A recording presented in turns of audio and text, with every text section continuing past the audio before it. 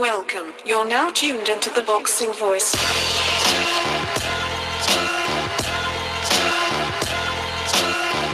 ThaBoxingVoice.com.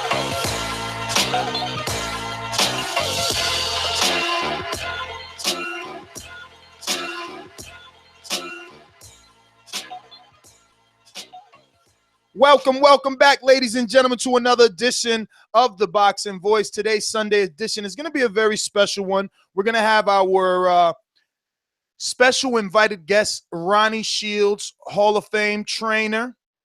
He's going to be talking a little bit. I mean, listen, when someone passes away in the boxing industry, it's best to have someone as knowledgeable and that's been around as long as Ronnie Shields to truly give us some insight on who was Aaron Pryor, what exactly he achieved in boxing, and how he will go on to be remembered as one of the best welterweights. But as well, on the docket, we have a lot to talk about. Floyd Mayweather and his promotional company were the only fighters basically in action this weekend outside of the United Kingdom's Ricky Burns, which we will be recapping as well to be discussing his upcoming fight with Adrien Broner. And then we have to talk about Floyd Mayweather. I mean, he's really taking some shots at Gennady Golovkin and others, fighters, wanting too much money. Is he taking shots at Daniel Jacobs? Is it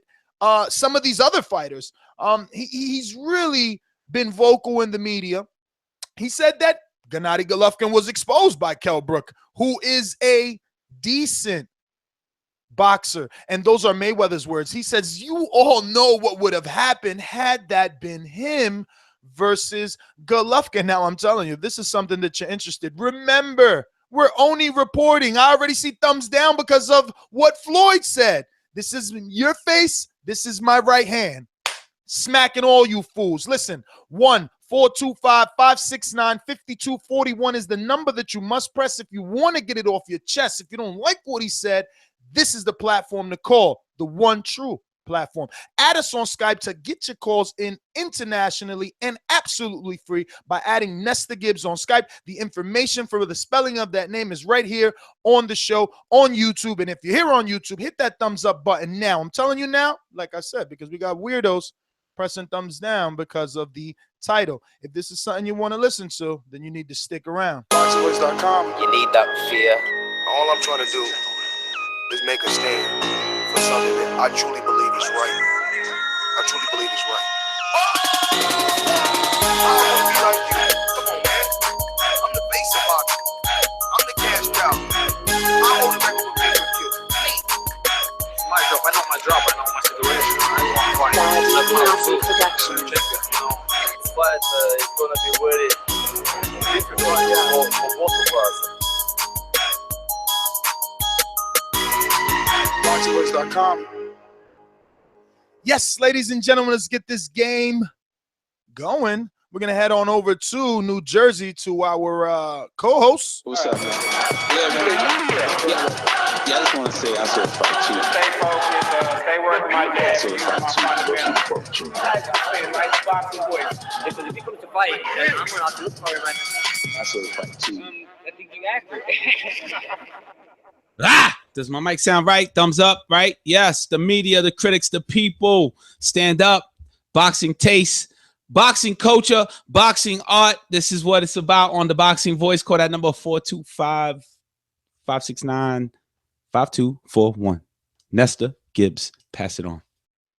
And going down to sunny California, I'm jealous of both of these other two guys. The co-producer, the one that keeps everything glued together and makes sure that everyone's name is available, that our guests don't wait long. None other than the co-producer, Steven Calderon. What's going on, brother? What is up, Boxing Voice? I'm so excited for another show. So excited for another week of boxing. People will argue that not a lot happened this week, but we'll prove you wrong. Stick around, pay attention. I'll make sure I get your names in. Mr. Producer's got your back. And heading to another sunny state, but definitely coming off of a bit of a hurricane. The doctor himself, Boxing MD. What's up, brother? Survived the hurricane. And, you know, the Boxing Voice listeners have a treat because, I mean, we have the opportunity to talk to Ronnie Shields, the day of the passing of Aaron Pryor. So, you know, all you guys continue to support and listen to the Boxing Voice because, you know, Nes and the Boxing Voice community has this type of reach, you know.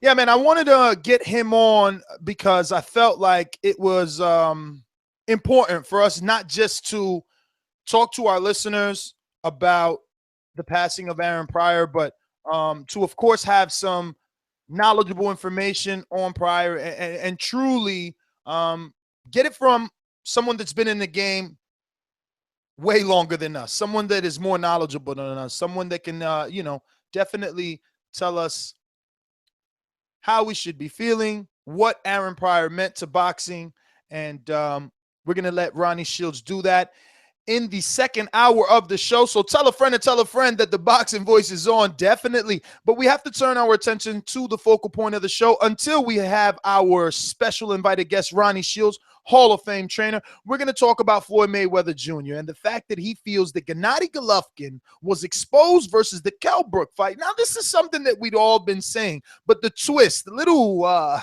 twist on this is that he says, had that been him, he would have won.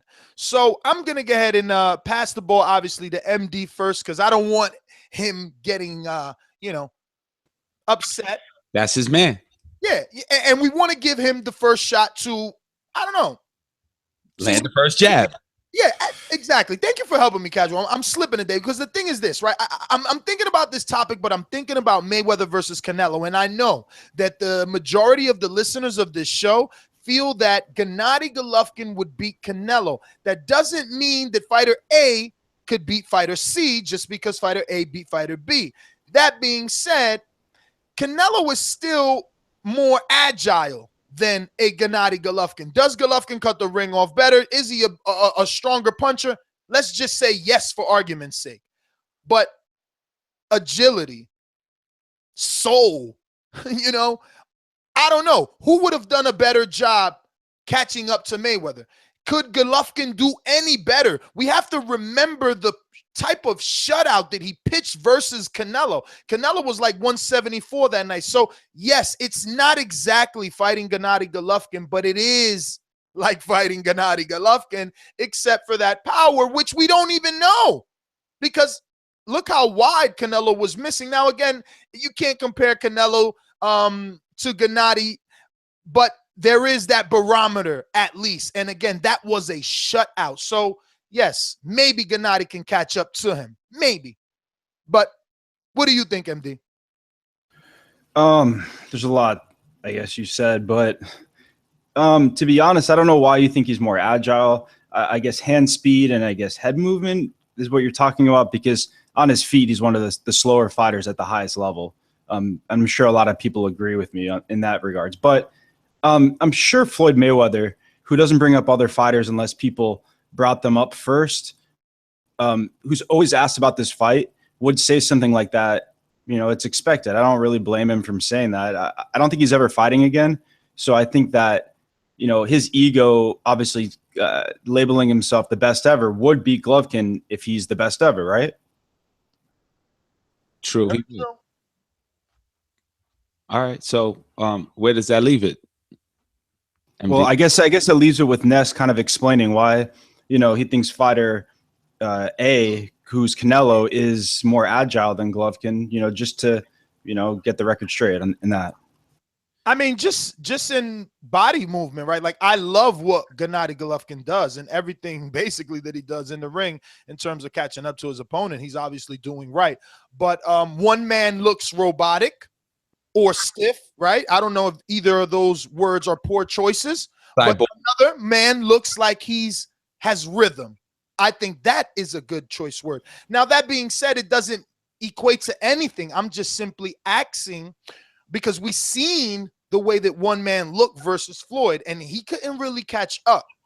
You know, what we're banking on Gennady Golovkin beating a Floyd Mayweather type fighter is the fact that he hits so hard. But if you can't catch up, how do you hit what can't be hit? Can I interject?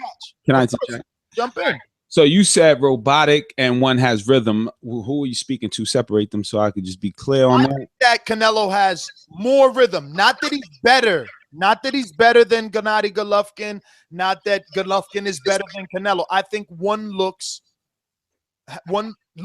in the ring like they have more rhythm than the other. That's all that I'm saying. He's pretty much saying that as aesthetically he prefers Canelo, because is that what you're saying? Yeah, basically, you know. And again, I don't really know if I could say visually either, because again, Gennady is getting the job done in a fashion which excites me. But one just looks smoother. One is gliding, is what I'm saying, you know, and the other one is a little. He's coming forward, kind of like the Terminator. No. Yes, I agree with you. One thing that caught my attention that Floyd Mayweather said was special effects. And it's true. Like, that's going to be the word that I use the most. Special effects. Gennady Golovkin has power and it's really crispy. So does Canelo, but neither of them have special effects, bro. And that's why Mr. Floyd Money Mayweather looks so great, because he has that special effect. Look that way, bow, you get hit on the other side of the face. And I think he would beat Triple G that way. Yes, wrong overlay. Sorry, guys. But go ahead, MD. He has no special effects. You mean he doesn't counterpunch? No, by special effects, he has no tricks. Let's say, for example, Adrien Broner has special effects. He looks fast. He lands great punches, and the judges are convinced. And in that great punches and all that other stuff, there's power. So there's head lashing.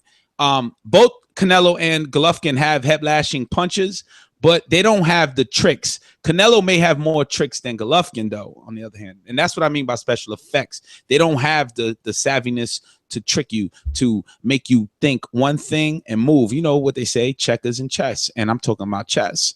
That's what I think which one guy has more of.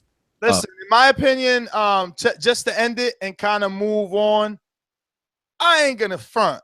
I know Floyd is trolling. Like, when he was asked the question in context, he came out of left field. He was asked, would Badu Jack, he wasn't even asked. Badu Jack was asked whether he would fight the winner of Kovalev Ward. Badu Jack said yes. Floyd said, you know, this guy is a fighter, yada, yada, yada. And then it's like, but you know, this is what he would do. He would move up and test himself, but we're still waiting for Gennady to move up, because Sugar Ray moved up and Duran moved up and Oscar moved up and Floyd moved up and Pacquiao moved up. And those guys are considered great at one point in their career, and everyone is calling Gennady great. And Floyd is saying, well, if this guy is great, then why doesn't he move up? So again, just to bring it full circle, MD, I'm kind of on your side regardless. I feel like he's just trolling Gennady Golovkin. To also, it's important to note too that we consider Canelo and Gennady Golovkin the same size, yet Roger Mayweather has gone on tape, or Floyd Sr., forgot which one, and said that we would never fight Golovkin. He's huge. He's a monster, you know? So, you know, these things are important to know, but, you know. Yeah, but you got to remember now, that was something that was said before the Brook fight. Now, if you take. So the Kell Brook fight changed everything in your eyes? For Floyd, not for me. Listen to his words. His exact words were, I seen a guy who basically can't, let me paraphrase. He said, I seen a guy who can't fight as good as me do what he did. If that was me, you know what would happen. That's what he said. And you can't argue with that. He also said in the same interview, listen, credit to Sean Zutel, fucking hands down one of the best jobs he's done thus far. And, you know, shout out to all the parasites that sucked the interview dry from him. That being said, he got a lot out of Floyd, and Floyd went on to say that he's been beating guys at a D and C level. And you know what? It's about time that he be honest, because you know, when we watch him fight these opposition, it's so separated that we think it's a mismatch, you know, but we're starting to see that it's just the skill, the disparity in skill. And that's what he means about he and Kell Brook and Gennady Golovkin's fight. But Nes, speaking of skill, like, would you honestly say that you would not question who would win in the fight, Mayweather right now versus Kell Brook? Like, you're really dismissive of that. I wouldn't question that. I would. Why not? What do you say? Oh, MD, you're bugging. So you saying that you don't know if Kell Brook could beat Floyd Mayweather Jr.? No, I'm saying if I don't know if Floyd Mayweather Jr. could beat Kell Brook at this point. No, well, aren't we saying the same thing? Like, you're trying to word it backwards. That's what you're saying. You're saying Kell Brook could beat Floyd. Yeah, I'm not saying I would necessarily favor one or the other. I'm saying like he chose to fight Andre Berto his last fight. There's a reason why he didn't choose to fight Kell Brook or Keith Thurman for that matter. You know what I mean? So like so are you saying that you think he would beat him? I mean, because Floyd is clearly saying that kid isn't on my level. Neither are anyone else in the welterweight division. For that matter, I've been using my C and D game. No one has made me use my B. But Nes, you're buying you're buying the narrative, which allowed him to really not fight Keith Thurman, Sean Porter, Kell Brook. Who else? Pretty much those three guys, I would say. And a lot of people, boxing fans, wanted to see those fights, and he never fought those guys for a reason, because they're a legitimate threat with not huge names, you know? So I don't know why you I disagree. Again, we have to stay within context of the interview. And when he was talking about his career, and he made that very clear. He said, when I was coming up, I got my first shot with Chicanego Hernandez, right? And, he said he gave his rest in peace and all that, whatever stuff. But then he started showing his path coming up. He talked about his career with Top Rank and the fact that he was taking fights for 7,500, that he wasn't like these guys. Okay, he was making that very fucking clear that people want to be Floyd Mayweather, but they wasn't sacrificing like Mayweather. When Bob was saying, yo, all we got for you is 7,500, Floyd came out on record today saying, I said, I'll take it. When Bob and Todd DeBuff and Bruce Trampler told me they only had 10,000, I took it. He said, why? Because I understood the bigger picture. I seen myself at the mountaintop, so don't get mad at him. He's talking about what he did starting his career from 130 to 154. Now, maybe you don't like the way he ended his career, but Triple G, and again, we're going back to him because that is the comparison. Floyd Mayweather Jr. himself is comparing himself to Triple G's last performance. So Triple G just started his career, especially in the eyes of the casual fan. We got 2 years knowing about him if you're a casual fan. That being said, he's dominated this division just like all the other names I've already mentioned. No need to bring him back up. So we're waiting for him to prove to be great instead of plucking out of the lower divisions. This is what Floyd is saying, not me. Again, the video is out there. Check it out on the Boxing Voice YouTube. Credit to Sean Zutel, who is on the line for 702 number. So, producer, check out for that. Enrique, go. No, I was just waving something off. But yeah, no, I agree. Floyd Mayweather and Triple G have two different paths, man. So can Triple G beat Floyd Mayweather today is the real question. And MD, won't you just say, what do you think? Yes or no? Can Triple G beat Floyd Mayweather? Yes.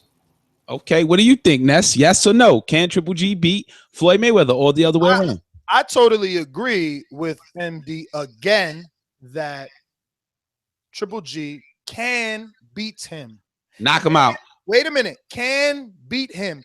Can being the key word, meaning that can stands as a possibility. That possibility means the power, the fact that he's bigger, the fact that he cuts the ring off so well, the fact that he really, knows how to stalk his prey. But I also believe Floyd can, keyword being can, beat Triple G, because I've seen him avoid shots like he was in the Matrix versus all size and types and styles of fighter.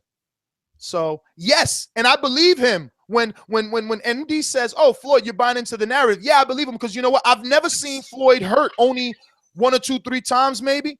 A couple of people where he had to hold. We never really seen him have to take a knee. We never seen him, get water thrown in his face and his fucking father in his corner getting scared. He hasn't had to dig deep yet, but I believe he could dig deep. I believe Triple G could drop him and he could fucking get up off the floor and come back to pitch a shutout. I believe that could happen because we haven't had the ability to see. We've only seen a spark of his greatness. No one's took him. He hasn't had a fucking Miura type of fight or, any one of those back and forth fights yet. He hasn't had to dig deep, in my opinion. So, I mean, besides the fact you're fantasying over the fight, you think no fan. You know that. It's real life. Hey, thumbs up if you like what Ness said. Thumbs up if you like that Triple G can beat Floyd Money Mayweather. Nes, do you think that he would try to go to like bring the fight to Gennady Golovkin like Kell Brook did with success? I mean, I just don't know. I just don't see what scenario you see it being competitive in that regard. And it's if you consider what he did against if you consider what he did against a 22-year-old Canelo at 152, it was an incredible win. It was a lot of us thought he would have trouble. Some of us didn't. But if you compare that Canelo to Golovkin now, it's not really the same thing. So he's never fought anybody as big, as good at that size as Golovkin. Obviously, at the smaller weight classes, he's beaten some really good fighters. But I'm not saying that he has, but what we do have is a barometer because Canelo, whether you want to say 152, we know fight night he was 174. So that is our gauge, my friend. That's our gauge. Floyd's been in there with an able body the size of Gennady Golovkin. And Canelo still fights the same, if you ask me. He fights the same? Canelo's the same weight, Enrique. So, I mean, again, maybe Floyd could catch up. I mean, maybe Golovkin could catch up to Floyd. Maybe he could hurt Floyd. But, again, we never even seen Floyd have to come from behind because he's always been that good. So why would I doubt that he could possibly beat Golovkin? That's insane to say that he can't all of a sudden just because Golovkin is a power puncher. Knock it off. We've seen boxers beat power punchers throughout history, and we're gonna have someone knowledgeable enough to ask him that question. Yo, robotic and rhythm. Robotic can hold the punch, rhythm can change, and I think that the rhythm fighter is Canelo, who still has that rhythm. And the robotic man who looked really beat up after the Kell Brook fight is Golovkin. And I think, in my opinion, if Golovkin fought exactly the way he fought Kell Brook against Triple G, I mean, we don't know how hard Floyd can hit, but he looks damn good, and I think he will win the numbers game against Triple G.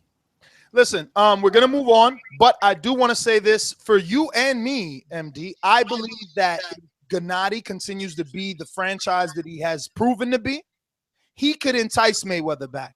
He needs to represent a big enough payday where the networks would pay for that. And we all know that HBO would pay for it, and HBO has Golovkin. That being said, we're still on the Mayweather topic, and he had some interesting things to say about Black Lives Matter, and rather, he chose to say all lives matter.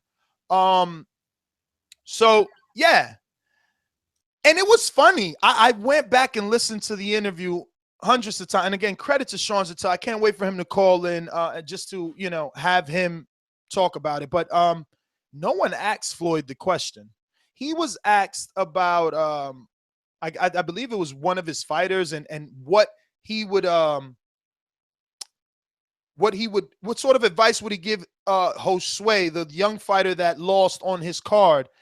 And then he just went, no, actually the question was about pay-per-views and why these guys cannot be pay-per-view stars the way that he was. And dude, he just turned the topic completely and started talking about Black Lives Matter. But MD, I'm going to try and pull up the audio. What did you think of what was said? I have to hear the audio again to get the context because what I heard was just, the comments that are making, I guess, news, right?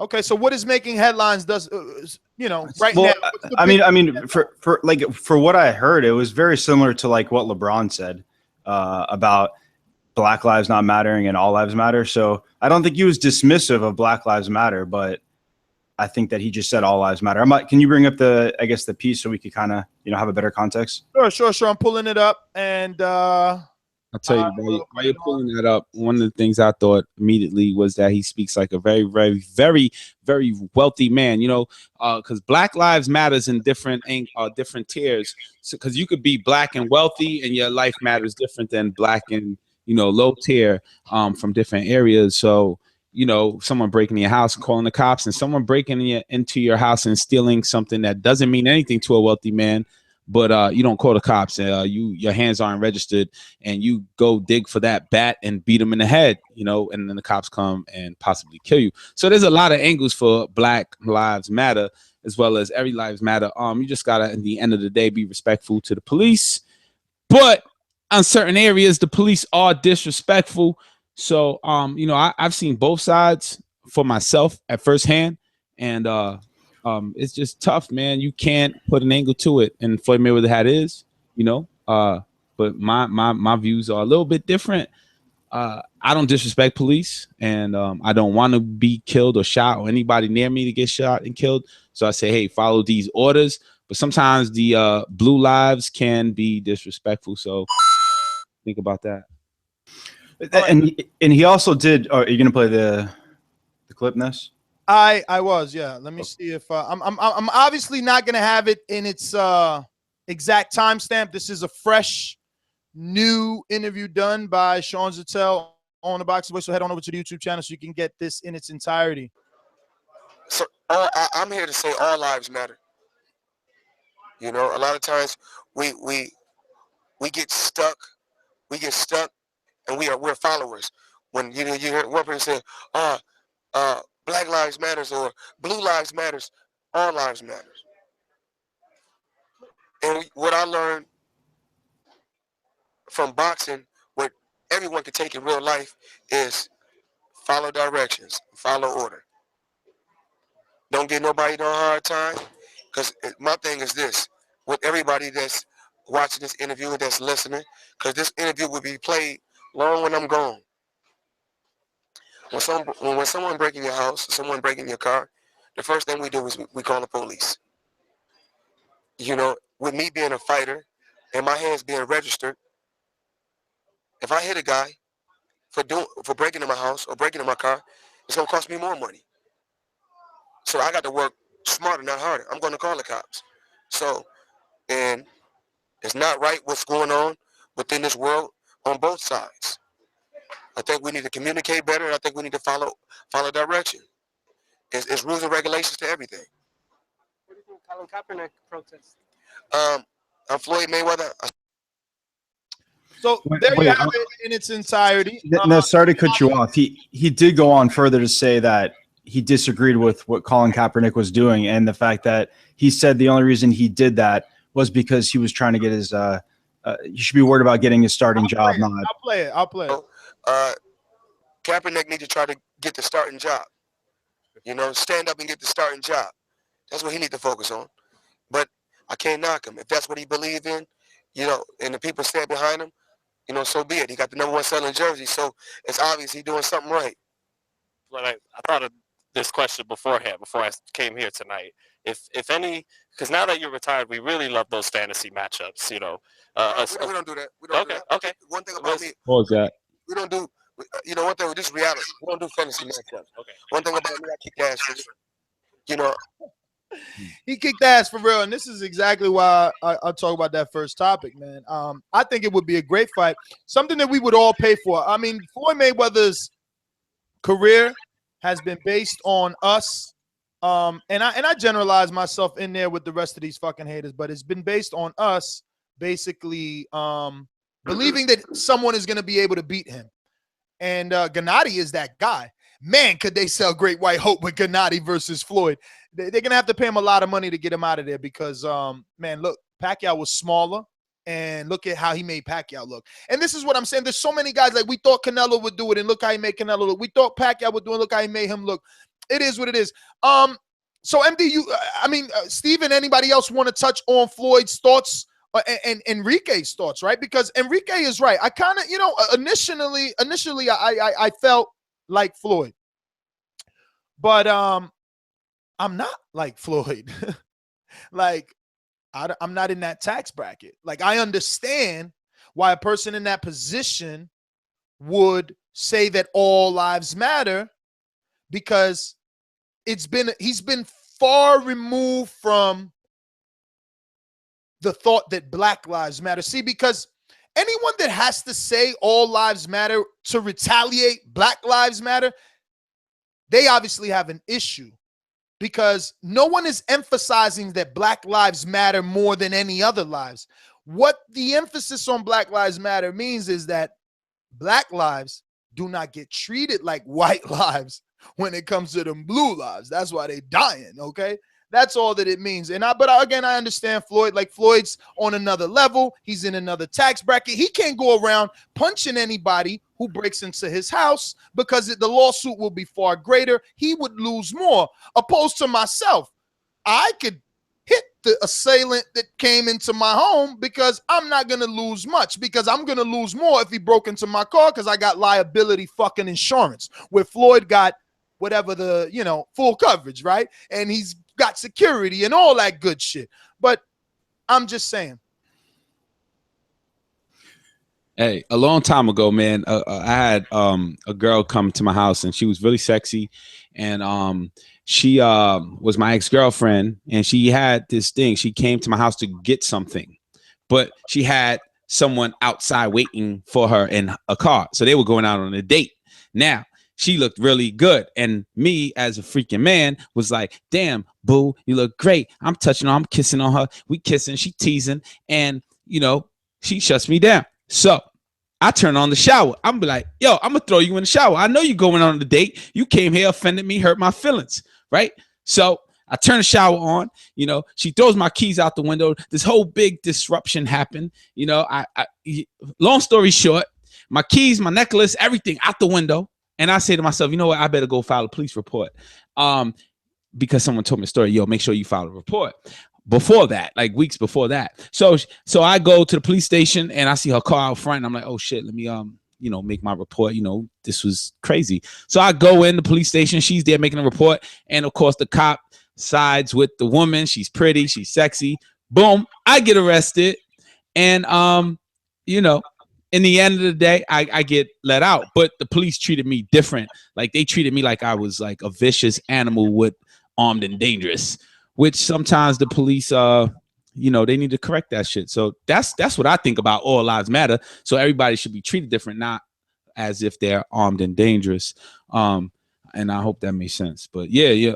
Police need to, treat the people that are regular residents of the area different than they treat terrorists and drug lords that are armed and dangerous and murderers.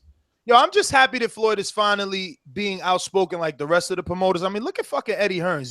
He's in a car with Coogan Cash is doing impressions. Like, he knows how to sell. Like, that's why there was that many people last night at the Ricky Burns fight. Like, it was insane. But MD, I know you want to touch on that topic before we close out, and then we'll jump into Ricky Burns.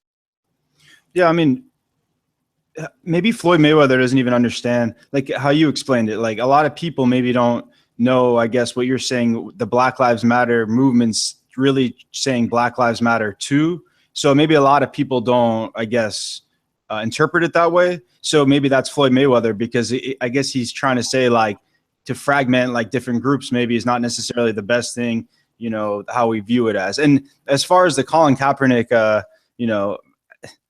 it is kind of interesting though that he didn't do this when he was a starting quarterback, and Floyd Mayweather loves media attention, and he's getting all the sports media attention that exists. So, he acknowledged that, maybe he's jealous of the attention. So,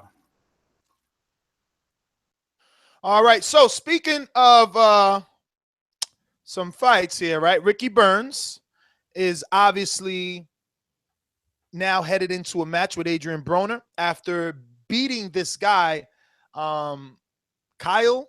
Is it Kyle? Riley? Something. Relic. Relic is how they were pronouncing the last name for sure. I believe Relic, right? I do want to say, MD, I didn't feel the way that you felt. And this is exactly why I don't like talking to you guys before the show, because then it's not organic. And look at the direction that I'm already going. I kind of like Relic, and I want to see him again. I didn't think the fight was as boring as you. It did kind of take a spike downward after the fourth round, but yeah, it wasn't that bad a fight. I mean, I'm just sad that Ricky Burns isn't looking great, right? Like, he's he looked a little heavy in the midsection. Not that he had a gut, but like his six pack was very, I don't know, distant or whatever. It wasn't there, and it took him so long to get ready or settled in. Like, he gave this guy Relic a lot of opportunities. And again, I like Relic's style. I really do. I wonder what that would look like versus some of these other 140 pounders. He has an aggressive style. He threw a lot of punches. It was very awkward. His hands were down. Sometimes he would switch, like not even like Terrence Crawford. He was really all over the place, but he was defensively sound with all of that. Or was it, do you guys think that it was more that Ricky Burns at 33 is kind of losing a step? I never seen Burns, first of all. Neither have I seen Relic. Immediately, this is the first time I ever watched a Sky Sport fight, and I was entertained from round 1 to the last round. Ricky Burns, to me, I thought my computer was lagging. He looked slow. I don't think he has a chance against Broner.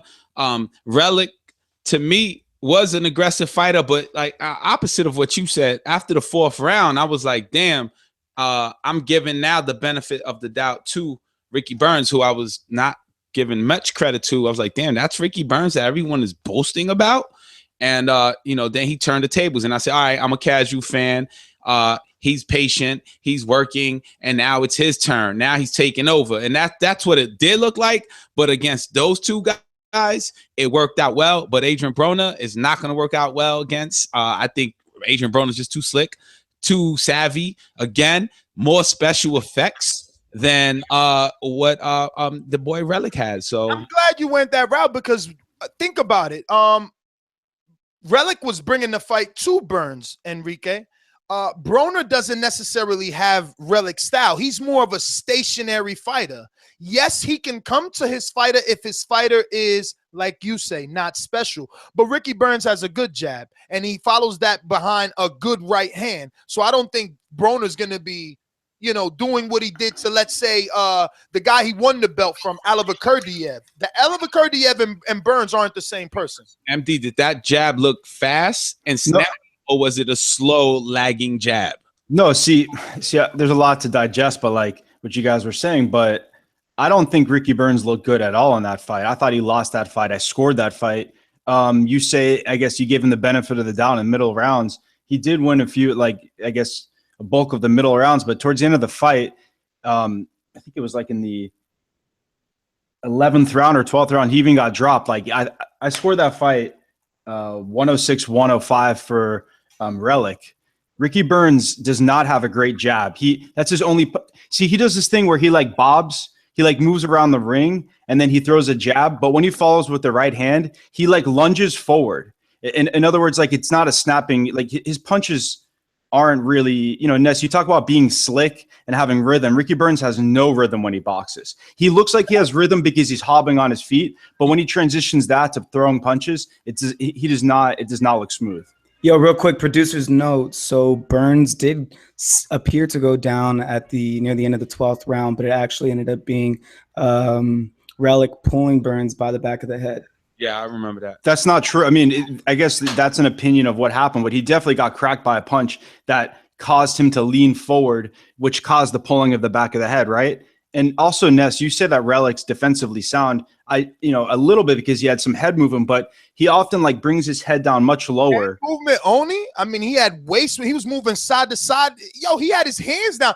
Listen, if he wasn't defensively sound, why wasn't he being hit more than he should have been with his hands? Because Ricky Burns was not letting his hands go because when he hobs around the ring, I'm saying like he was not engaging. The reason why he lost all the rounds that he lost is because he really wasn't engaging the fight. And in the rounds that he did win, he landed the cleaner counter punches. Like there was a few periods in the fight that he landed, I guess, the straight right that you say. But overall, like Nes, how'd you score the fight? He doubled up. I didn't score the fight. But who would you say based on what you saw won the fight? No, I think that. Listen, I think that I've been dealing with boxing for so long now that I'm already subscribed to the notion that you got to take it from the champion.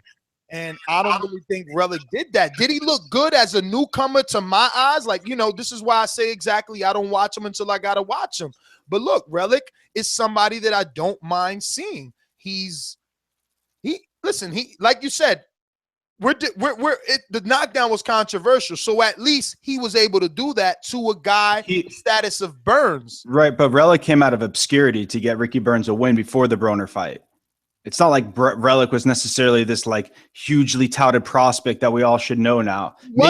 He He wasn't, but he's being trained by Ricky Hatton, and Ricky Hatton is not just training any fucking stray dogs, okay? No one, the level, that's like Mayweather over there, okay? That's like Mayweather, training just anyone. No, you don't see it happening. So Ricky obviously seen something in him, and the kid showed you. He showed you. That's why I didn't understand why you said the fight was boring. He showed you what he had. I never said the fight was boring. I'm just saying that like these guys watch. No, I said because it's hard to watch because these guys should not be fighting for a world title, in my opinion. They're not good enough.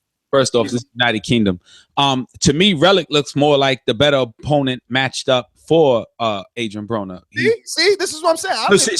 I agree with that because I thought Relic won the fight too. So I didn't score the fight, in round 1 through 4. Had they not slowed down and the commentators speak about what Ricky Burns did with a body shot, I didn't see it. I did not see any damage from Ricky Burns.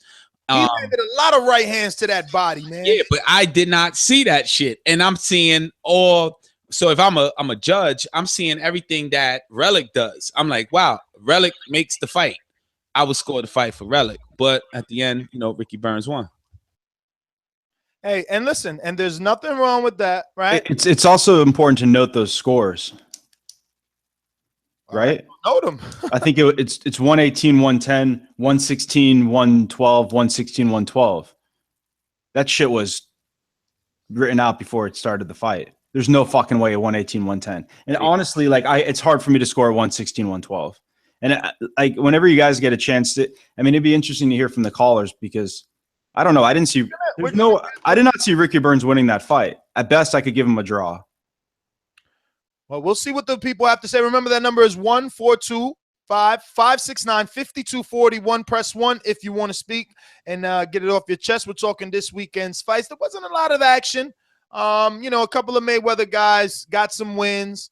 But the big talk is Luis Ortiz and Eddie Hearn of Matchroom signing Luis Ortiz, the heavyweight. That is very interesting. That is very interesting. And what does that mean for Deontay Wilder, Tyson Fury, Vladimir Klitschko, Anthony Joshua? Because it's good to note that Anthony Joshua, again, as recent as about 7 hours ago, they're saying that the Anthony Joshua Klitschko fight should be possibly announced. Now, whether it's going to happen or not, we won't know, but they're talking like 7 days now, maybe. I believe. Hey, producer, if you could get what's the most recent thing on Sky Sports about that, and just let us know when you get it, because it's looking like Joshua might be fighting Vladimir, which really doesn't make sense if you're Eddie Hearns and you just signed Luis Ortiz. But I guess both of these guys have different paths. But interesting, this signing, is it not? Damn, Eddie Hearn signs Luis Ortiz. That's the real takeover. That's the real match over. That is everything that Oscar De La Hoya was talking about, boxing, fighting the best fighters. Damn, Eddie Hearns, applaud that man. Yeah, you speak about Oscar De La Hoya, but remember that Luis Ortiz left De La Hoya about a month ago.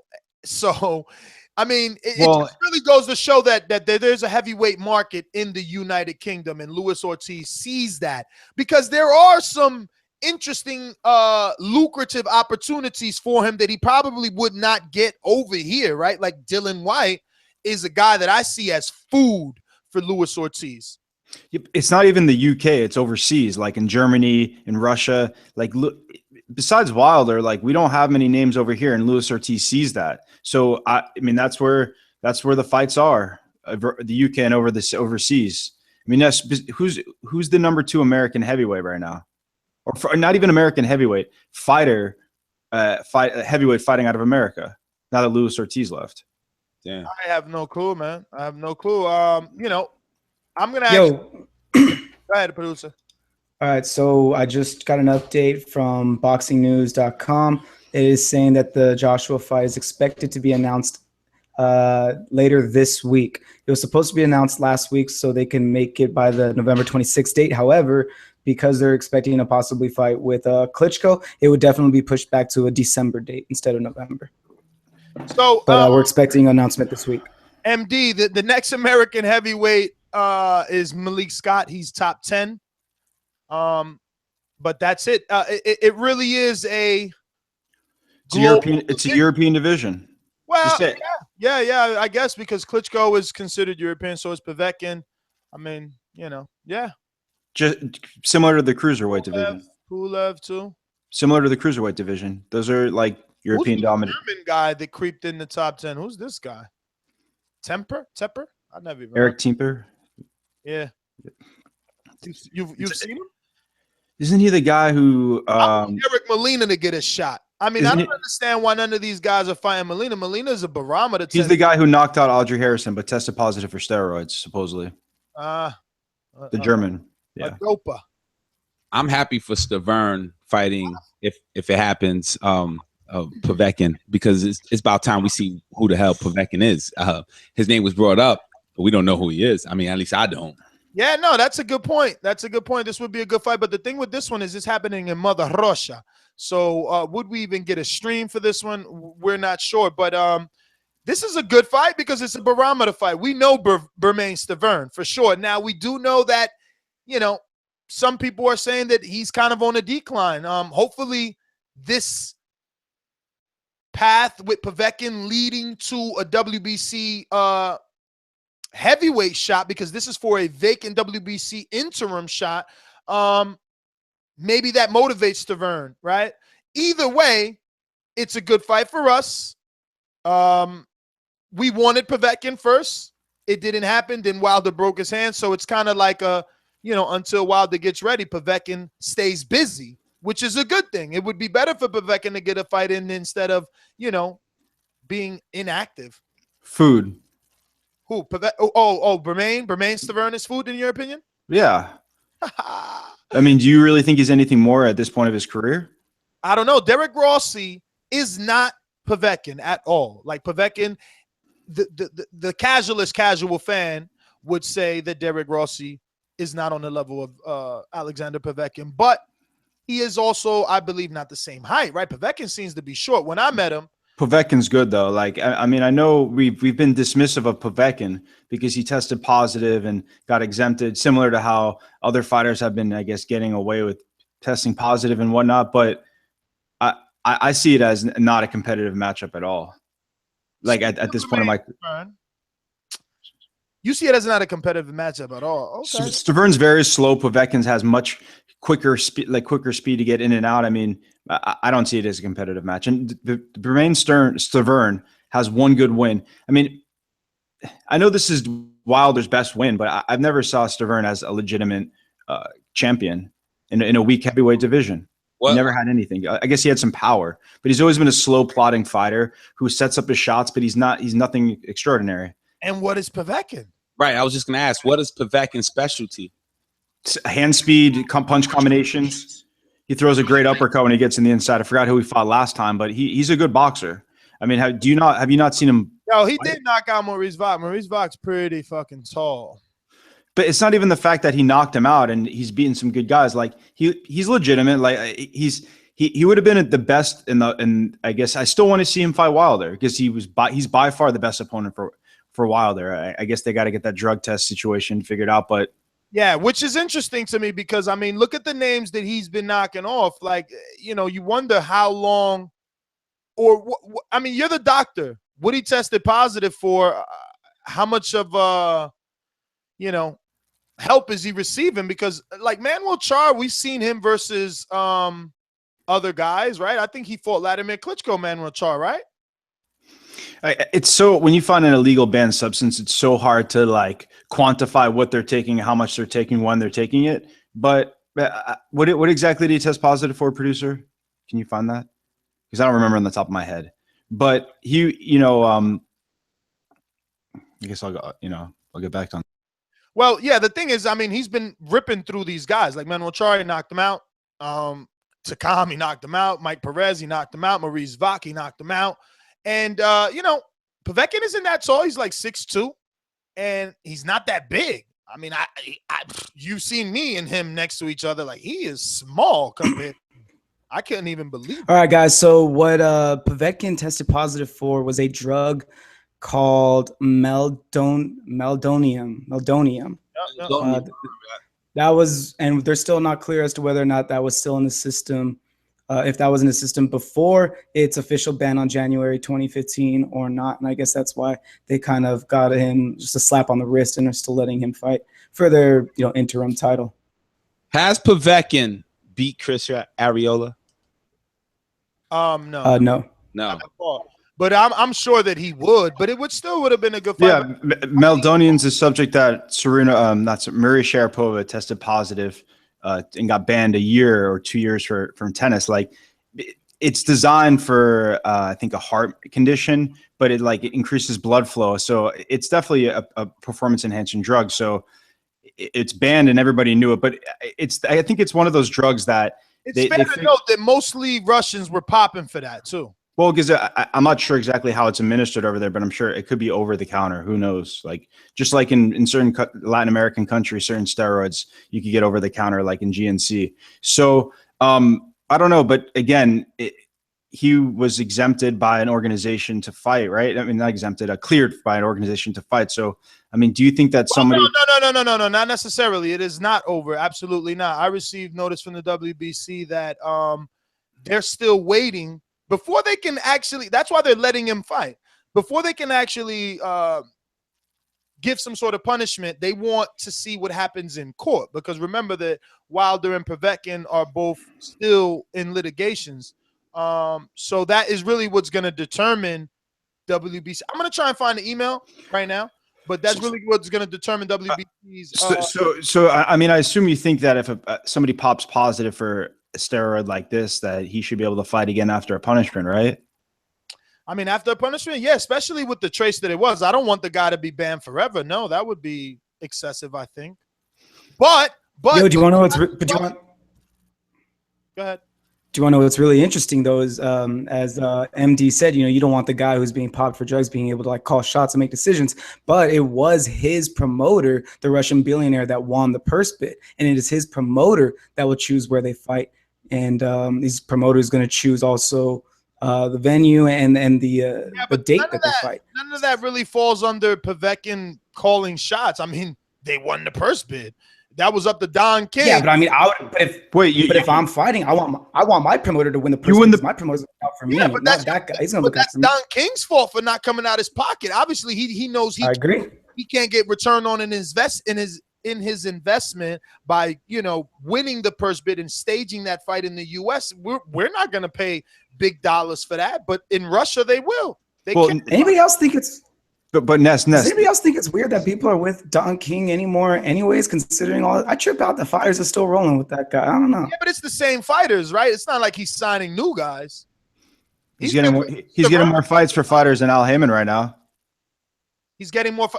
That doesn't even. I mean, I guess you want a rim shot or something for that because that's insane. No, I mean, what I mean, even though Don, how is he getting more fights for fighters than Al Heyman when he's got like two fucking fighters that we never see on TV? Did you see Bermane-Stiverne's last fight? No, but he's getting Bermane-Stiverne a Povetkin shot in Russia, and I'm sure he's going to get paid, Nestor, for that. Let's not pretend that. Knock it off. He's getting, or it was because Povetkin tested positive. It forced an eliminator situation. So since they settled out a purse bid, right? It was like $3.6 million, right? That the Russian guy bidded on. So I'm pretty sure in purse bids they get like 60-30 or 60-40, 75-25. I don't know the ratio. Bermane-Stiverne is making a good, after losing almost I guess he won like 2 rounds against Wilder. He's getting another big fight. So let's not pretend that Don King is not getting him fights. Okay. I mean, I don't know what zombies you think that you're talking to with that ridiculous statement, because the fact that he's even in this situation has absolutely nothing to do with Don King. Only thing he could get credit for is paying fucking sanction and body fees, okay? Because the only reason he's in this situation is because Povetkin tested positive, which forced the WBC to mandate all this cockamamie bullshit, or else we would have had Wilder Povetkin. We would have never had Stiverne. But now they're getting Stiverne. Did they have to pick Bermain Stiverne out of any fighter? Rankings, bro. It's ranked. That's what I'm saying. It's but Nes, you don't act like enforcing rankings, not enforcing rankings, and go like it's these things have effect on. You're giving way too much credit to Don King for. I just made a comment. That he's getting more fights for fighters than Al Heyman, right? And you cannot say for his few fighters, Bermain Stiverne, he's not getting fights. Maybe although you have a shitty promoter who's had a checkered past, having a smaller stable and having more focus on you could get you fights sometimes. You know, that's the big problem with Al Heyman. It's huge stable. Guys are fighting one time a year. Where the fuck's PBC? So, you know, let's not forget that. All right. Well, listen, we have our guest on, the world-renowned trainer, Ronnie Shields, and we're going to be talking a little Aaron Pryor. Ronnie, are you there? Yes, I am. How you doing? We're doing good, brother. Thank you for coming on today. We just wanted to, invite you on and have you kind of, I guess, be a teacher with all the knowledge that you have at this point. We want you to kind of explain to our listeners who exactly Aaron Pryor was and why he should be missed and why he will be missed. And I guess some of his most notable achievements that you remember or any stories that you might have. Well, you know, I've been knowing Aaron Pryor for a very, very long time. You know, Aaron Pryor and I were roommates in the 1976 Olympic trials in Cincinnati. And you know, Aaron Pryor was one of the best amateur fighters to come out of not only Cincinnati, but to come out of the United States. And I mean, he was such a good fighter, man. He left it all in the ring every single night that he fought. You know, and a lot of people take a lot of young fighters I know. They look at a lot of Aaron Pryor stuff just to see how in the world is this guy, you know, able to just throw punch after punch after punch. And you know, he was just one of those guys that he loved to win. You know, just a small story. When we was roommates in Cincinnati for the 76 trials, you know, he fought a couple of fights, and then he had to fight him McKenty. And I've been knowing him McKenty for a long time also. So when they fought, like at the weigh-ins, when we had the weigh-ins, you know, these guys, they was always, everyone was like, I'm afraid, you know, Kenty, you out late. This is how it's going to be. And they would do mock stuff. Kenty would throw punches at him and everyone was like acting like he's getting done. He said, that's the way it's be all night long. And they did, and they fought. And, you know, it was such a great fight. And I was just in the semifinals, you know, and although Aaron he beat Kenty in the 76 trials, but he lost to Howard Davis. Eventually went on to win the gold medal in the 76 Olympics. But Aaron Pryor, man, you know, you can't say anything bad about Aaron Pryor, you know, as far as him being a professional fighter. You know, he was the kind of guy that he gave you 100% every single night that he was in that ring. And, you know, everybody loved him. You know, he had a lot of fans, and people just knew when they came to watch Aaron Pryor that they was going to get a show. Well, Ronnie, you know, Enrique, you got something? Well, I was just gonna ask because I'm reading a little bit about Aaron Pryor right now, just learning, and I read that someone said the 80s was a great decade for the lightweight, the welterweight, and the middleweight classes, and his TKO over Alexis Arguello was the real battle between two. Arguello was a real battle against two outstanding fighters. Tell us a little bit about that fight, and if you spoke to him before and after it. Just give the people who don't know about Aaron Pryor his personality before a fight as a fighter. Well, you know, the thing about Aaron Pryor was, man, you know, you didn't call him the Hawk for nothing. You know, they called him the Hawk, man, because he looked straight at you, and he let you know I'm coming straight ahead. You know, there's no backward step in Aaron Pryor. And when he fought Alexis Arguello probably one of the best fighters, you know, to ever put a pair of gloves on. Well, the first fight, you know, Alexis was the favorite over Aaron Pryor, but, you know, Aaron Pryor, man, his steady pressure was just too much for Aguirre to handle. And, you know, eventually Aaron won that fight. Then when they fought the rematch, the same thing. Nothing changed. You know, Aaron Pryor, man, he, again, you know, straightforward. You know, he didn't know how to go backwards. You know, so, you know, when you had to fight Aaron Pryor, you had to probably be in not only the best condition in life, you had to have probably the best game plan in the world. The classic, 39-1, you know, and, you know, it's unbelievable, you know, watching this guy every single fight, man, just fight the same way, and nobody could come up with a really good game plan to beat him. Right. Let me ask you another question. You know, when people pass away, like especially family members or good friends, people remember things that they say and, you know, take it on as, you know, just knowledge. So is there anything like for example, I'll put it out there. Like my father used to always tell me, and he passed away, may God rest his soul. He always used to tell me, when I asked him for money as a kid, he would always say, learn to hustle because I'm not going to be here forever, you know, and I always carry that on with me. Is there anything that Aaron Pryor told you that you think about, you know, knowing that he's gone, or has that even hit you yet? Any phrase, any quote, anything special that you can live with forever? No, not really, man. You know, whenever I spoke with Aaron, man, it was always just about boxing. You know, we really didn't have a friendship outside of boxing. You know, we always saw each other because, you know, throughout the amateurs, you know, we fought together throughout the amateurs. And I never fought Aaron Pryor. I was always one weight class above him. And, you know, and like I say, in internationals, it was just competition, man. He loved competition. And he loved to fight guys he knew. He's always wanted to fight Sugar Ray Leonard. You know, that was his main thing as a professional. I want to fight Ray Leonard to prove that I'm better than Ray Leonard. Because him and Ray trained together for a little bit. And they used to always spar a lot. And, you know, and I don't know, you know, but people say Ray always tried to avoid fighting Aaron Pryor. But, you know, Aaron, you know, he used to love Ray because Ray always gave him great work. And he always wanted to fight him because he just wanted to prove that he was a better guy.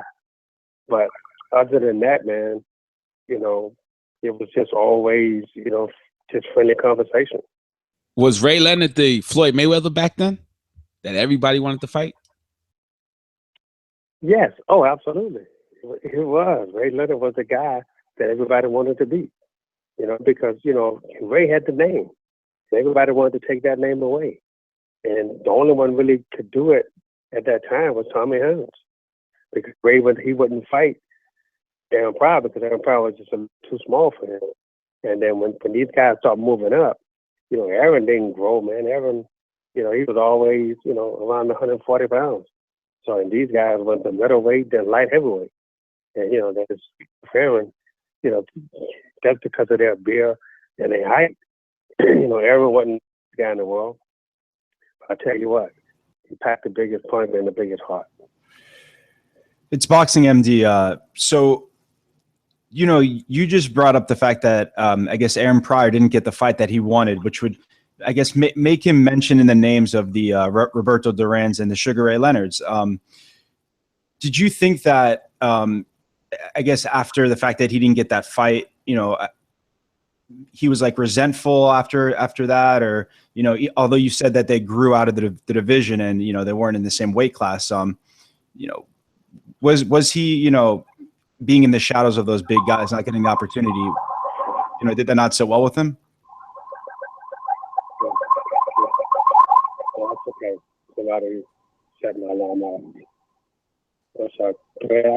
Sorry, go back to the question. I'm pretty much saying, like, you know, you mentioned the fact that he didn't get the big fight against Sugar Ray Leonard. Was he resentful the fact that he was knocking out all his other opponents and, you know, Sugar Ray wasn't really, I guess, excited to get in the ring with him because he knew the threat he was to his career? Well, Aaron Pryor, he was a threat to everybody, and everybody knew it. Aaron Pryor, he was just one of these guys, man, that, a lot of people avoided because they just simply didn't want to get beat. And Aaron, he always was in great shape. And you knew when you fought him, man, that he was coming. You couldn't make him go backwards. And of course Aaron had his demons, and at the end of his career, he lost a fight. But at the same time, everybody knew that wasn't the Adrien Broner that we all knew.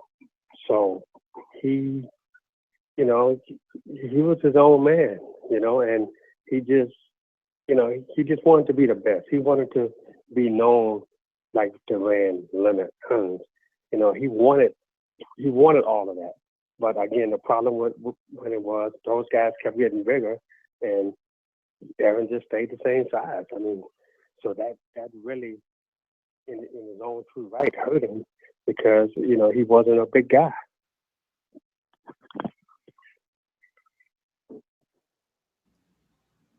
All right, hey Ronnie. So this is Steven Calderon here. So you mentioned one of Aaron's great, amazing traits to just eat a person's punch, walk through it, stare him down, laugh in his face, get knocked down, roll over, get back up, fly at him with a punch.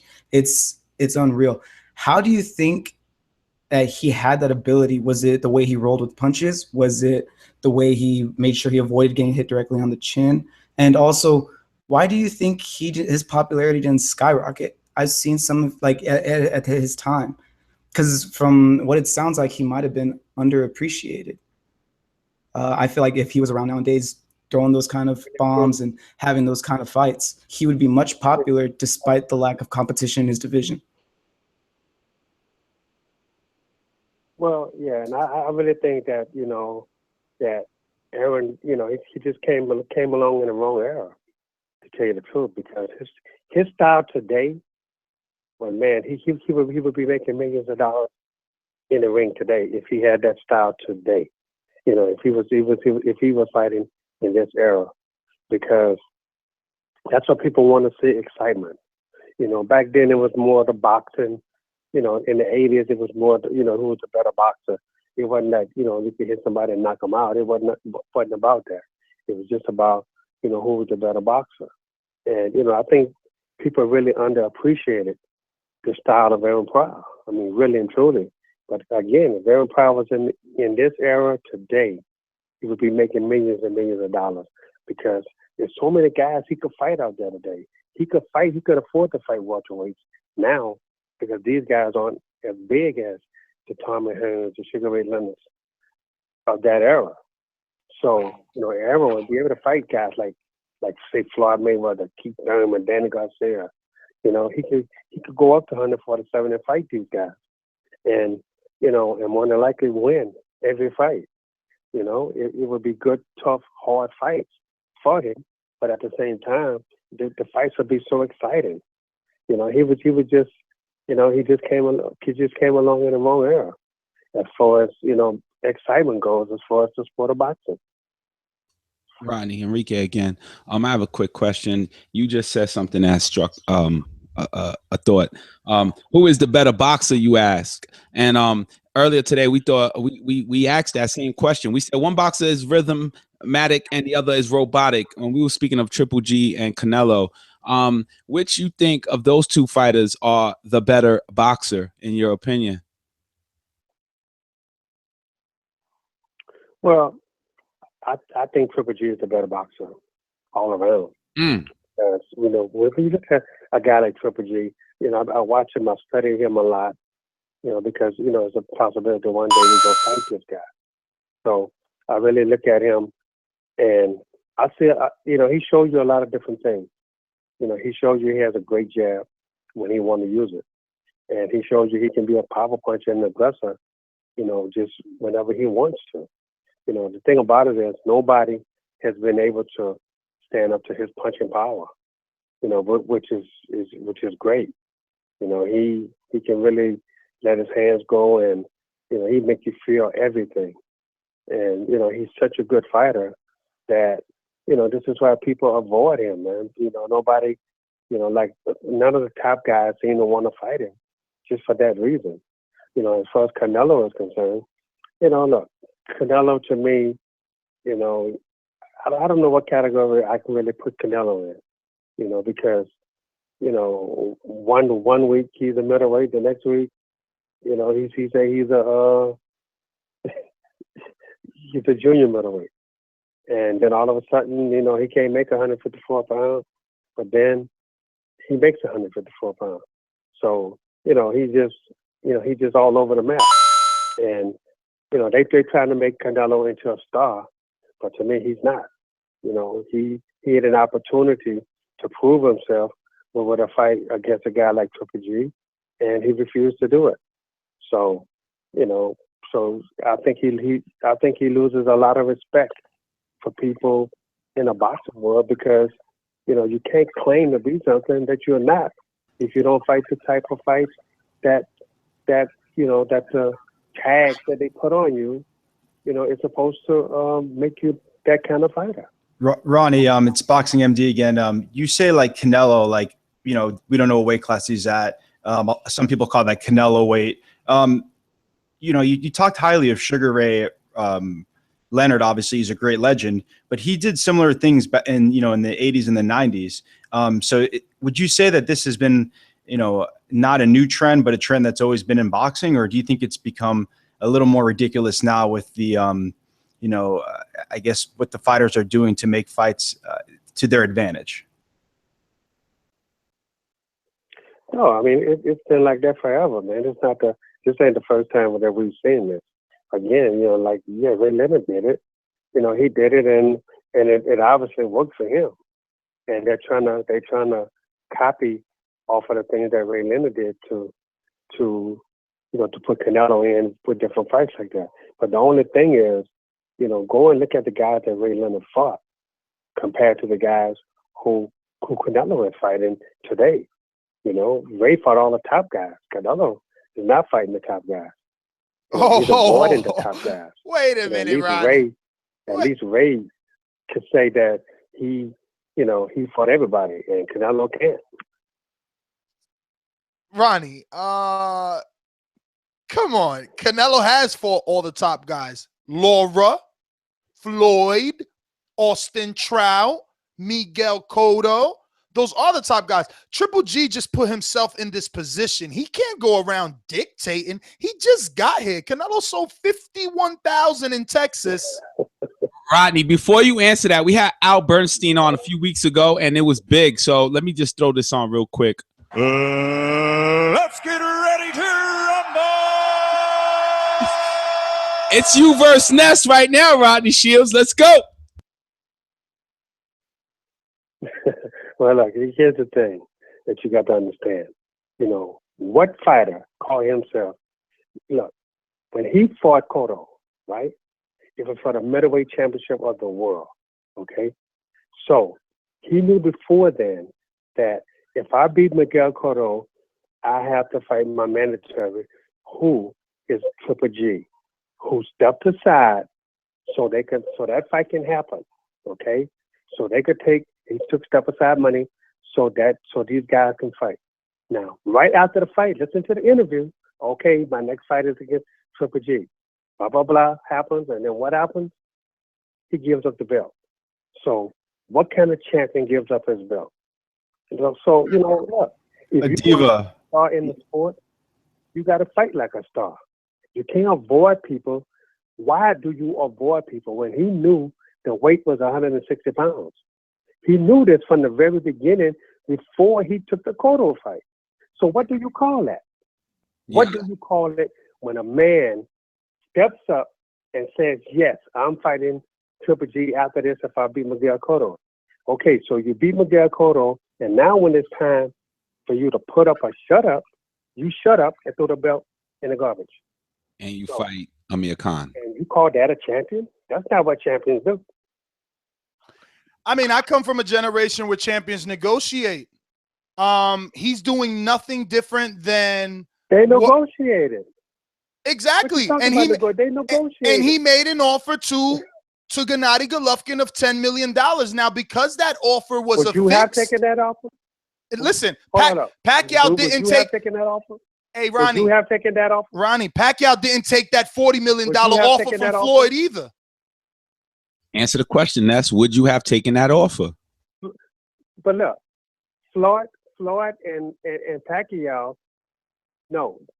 That's Yes. two different things. Oh, really? That's two different fights you're talking about. Let's talk about Canelo. Because number one, what you have to understand was Triple G decided to let Cotto take another fight with Canelo Alvarez, with the assumption that he would fight the winner. Both guys agreed that whoever won was going to fight Triple G. Now you're telling me, oh, he didn't fight him because of the money.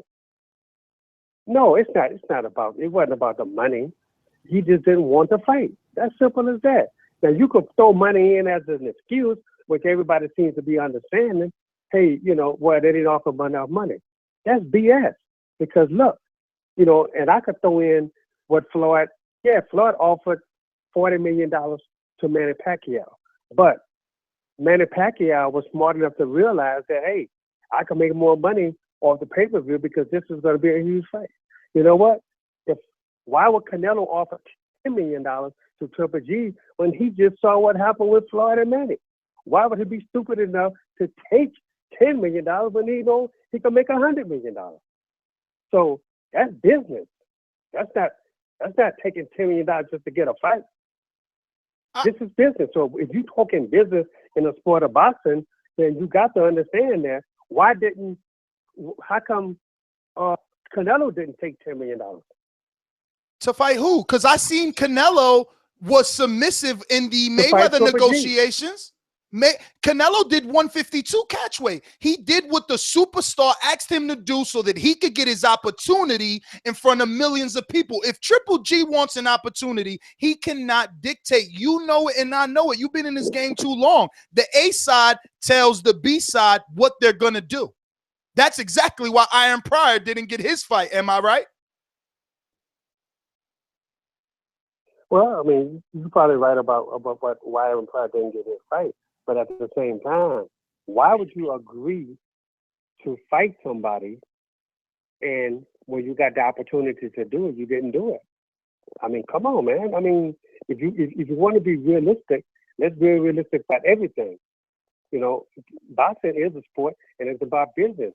So if they offered Triple G $10 million, would you have accepted $10 million knowing you could make $100 million? No. Because you're about business also. So why would Triple G accept $10 million when he know he could make $100 million? If he'd accepted $10 million and then Canelo go and make $200 million, who's the fool? Who's the winner? Triple G ain't the winner. He's the loser because he made a stupid business decision to accept $10 million. And you want to talk business, we can talk business. But we can't talk BS. Now, Ronnie, today, most recently as yesterday, Floyd Mayweather came out and basically put his entire career on audio and video, telling people when he was with Bob Arum, there were times that Bruce Trampler and Bob Arum and even Todd DeBuff would come to him and say, listen, we can't afford to pay you. And he would say, well, what do you got? And he said, $7,500. And he said, well, I'll take it. And they came another time and said, we can't afford to pay you, Floyd. What do you got? We got $10,000. He said, well, I'll take it because I understand that there's a bigger picture. I'm going to get to that mountaintop. And if Triple G sees that mountaintop the way Floyd did, well, he needs to do what all greats did. De La Hoya moved up. Okay? Duran moved up. But you're talking about quality of opponents here now. You got to understand the quality of opponents. Floyd was fighting when he was fighting for $7,500 and $10,000. He wasn't fighting top tier opponents. You got to understand that. This is when Floyd turned professional and he signed with them. Of course, you have to do that. You have to do that to take less money. I did that myself when I was with Don King. I had to take less money to get to where I thought I wanted to go. But at the same time, you're talking about top tier level guys. You can't go to a guy like Triple G who's probably the best middleweight in the world today. And you're telling me that Canelo offered him $10 million. He's supposed to take $10 million, knowing it may be a $200 million pot out there. I mean, come on, man. I'm not gonna give away $90 million for $10 million. Hey Ness, I gotta side with Ronnie Shields. Yeah, man, if he's offering him 10, what is the fight really worth? You know what I mean? $10 million, that's a $200,000 million fight, bro. And that's all he gets is $10 million. I agree, but Ronnie, we gotta start somewhere, Ronnie. Start somewhere means negotiating. So $10 million, I'm gonna count the back. The man. We gotta. The top 5 pound for pound fighter in the world, and you telling him to take $10 million? Come on, man. Yo, you wouldn't take Ronnie Shields. Hold on. If you was the manager of Triple G, would you have accepted $10 million for your fighter? I cannot answer that question. I don't have the capacity. No, I'm just kidding. No, I wouldn't have took it, Ronnie. I wouldn't have took it. I'm not gonna lie. If you was a manager of Triple G and they offered you $10 million to fight Canelo, would you have accepted that for your fighter? I would have not accepted that. Why? Because obviously I think that he should get some pay-per-view upside. And for all the reasons that you're saying, but there's a difference. People who have been perceived as great have always succumbed to the ASOP. Floyd himself. Canelo isn't the superstar you think but hold on. Canelo isn't the superstar you think he is. He's the only superstar left, Ronnie. He's the only one left. He would have killed the pay-per-view. He would have killed the pay-per-view when he fought the no-name Liam Smith. He didn't do nothing with that.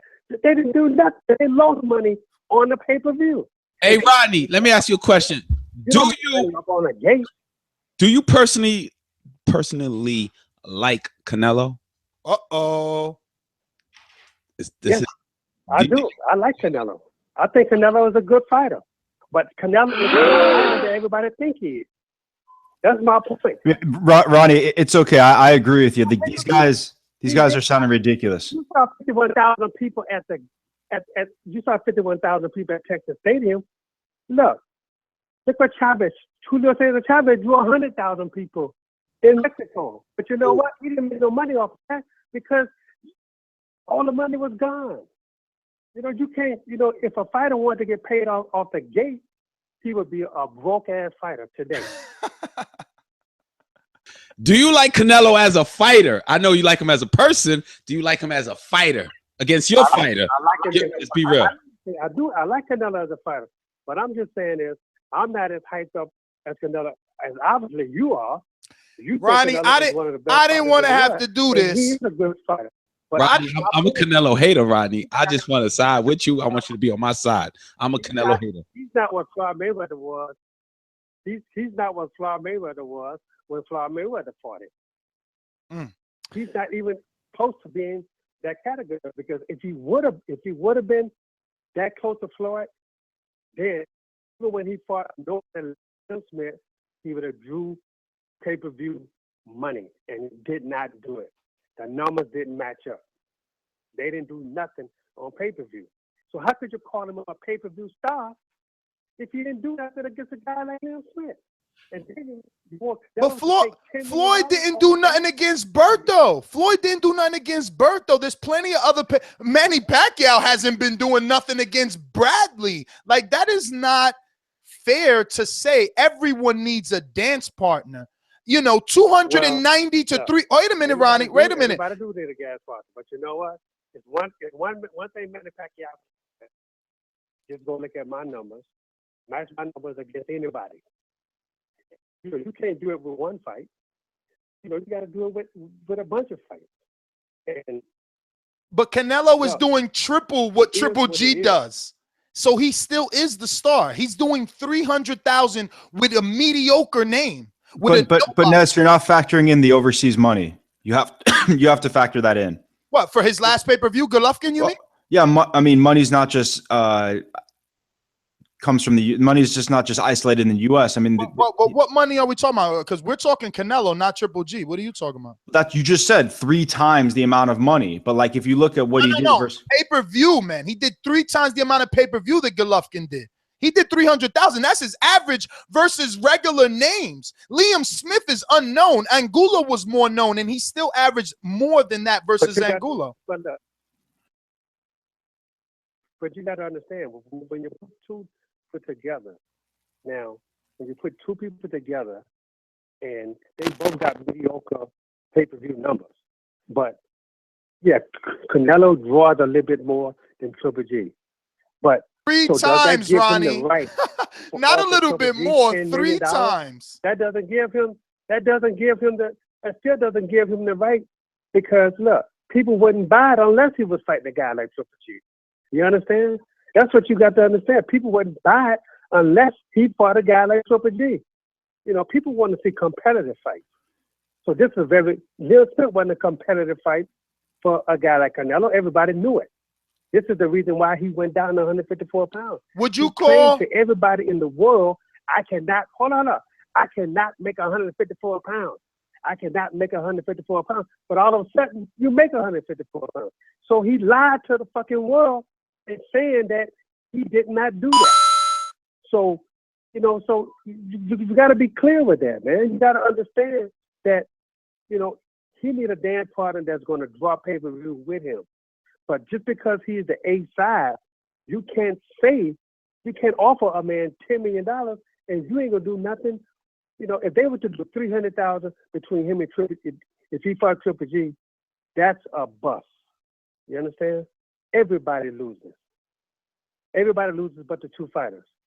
So, you know, but he knows it's gonna do a hell of a lot. So you can't offer Triple G $10 million and you take $200 million. But we don't really know that, Ronnie, because Triple G's numbers are somewhere between 97,000 and 150,000 pay-per-view when he was in a competitive fight. As a trainer, would you say that the Lemieux versus Golovkin on paper was not competitive? A competitive fight, Nestor? Come on, man. Don't Ronnie, I'm sorry to biggest win. Man, come on, man. That's his biggest win. You're saying it wasn't competitive? Hell no, that fight was not competitive. I'm saying on paper before it happened. No. It was not a competitive fight.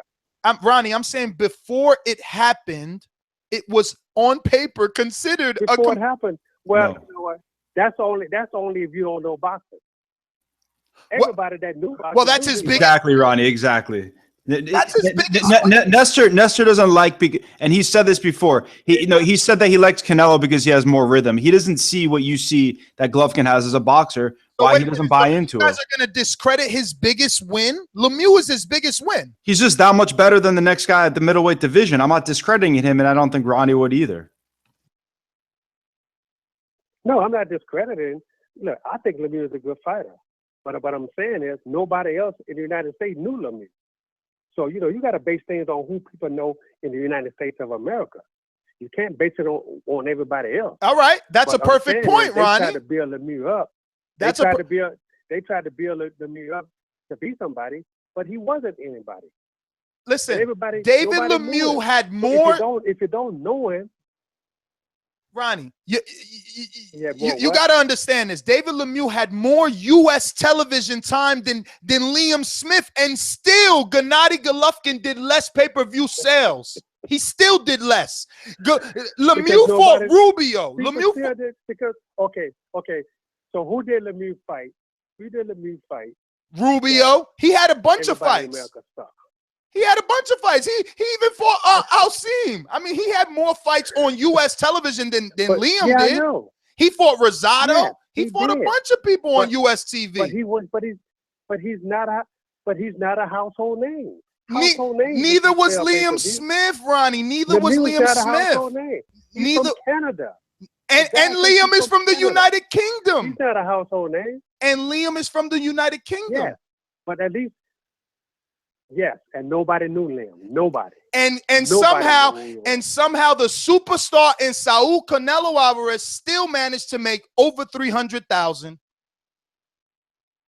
Is that because of Mexico though? And is that because of Golden Boy? Is that because of we don't count Mexican pay-per-views, Enrique. No, you don't count them, but you count the publicity given from Golden Boy. Do you or do you not?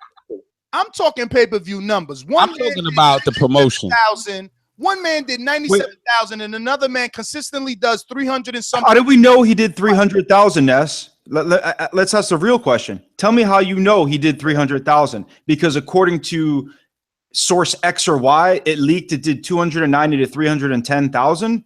Like, did HBO release the numbers or no? Because they said right before this fight that they were going to stop releasing the numbers. So how the fuck did you know that he did over 300,000? Just like we have an official number for Gennady Golovkin's 150, right? Stop with this.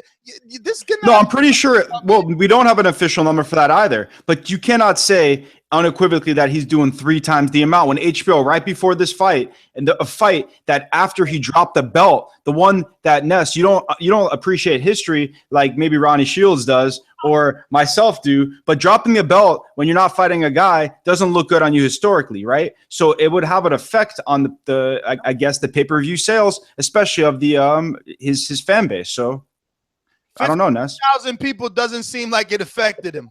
They still 51,000 came to see him. Yo, Ronnie, how much do you think that the average ticket was in that 50,000?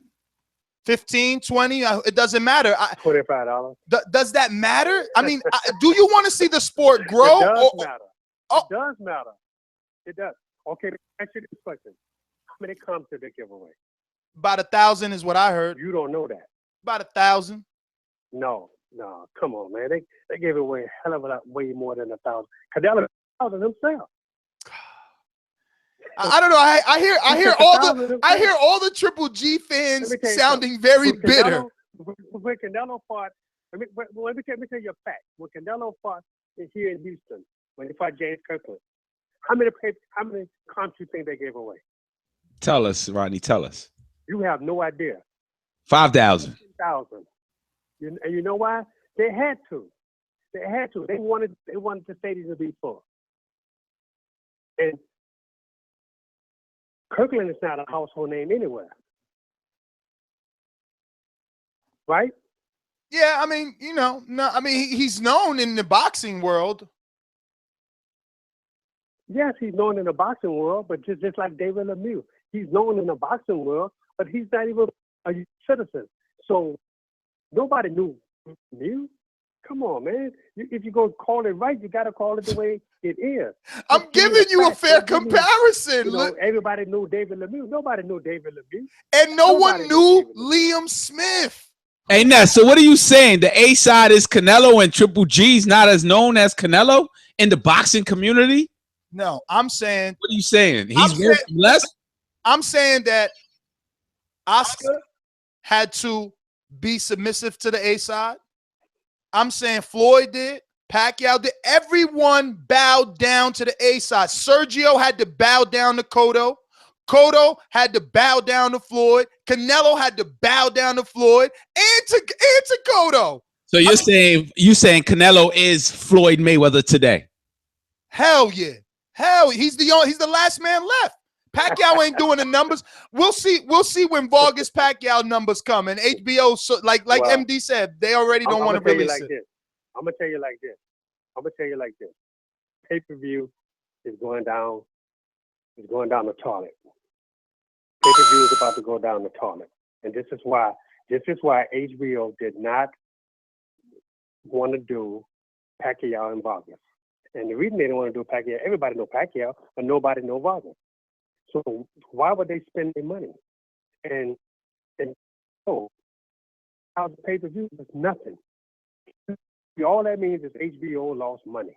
That's all it means. Because when everything comes in, HBO is stuck with it because they put the money behind it. And that's what you got to understand.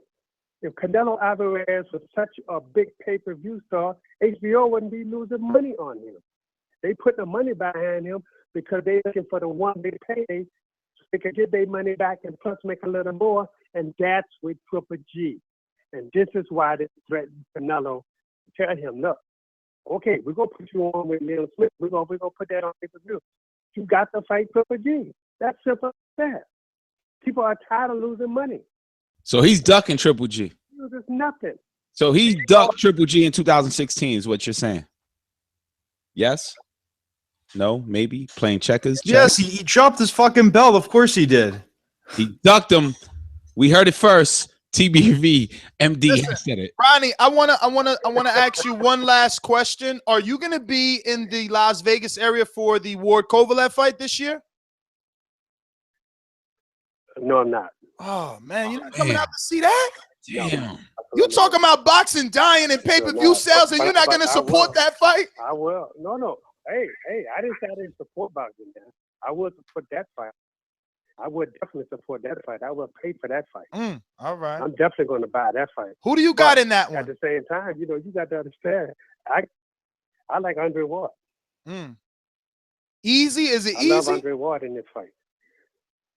No, it's gonna be a tough fight, man. It's gonna be Andre Ward's toughest fight. Is he gonna get knocked down? It's gonna be toughest fight. Say it again. Would he get knocked down, Ward? I didn't hear.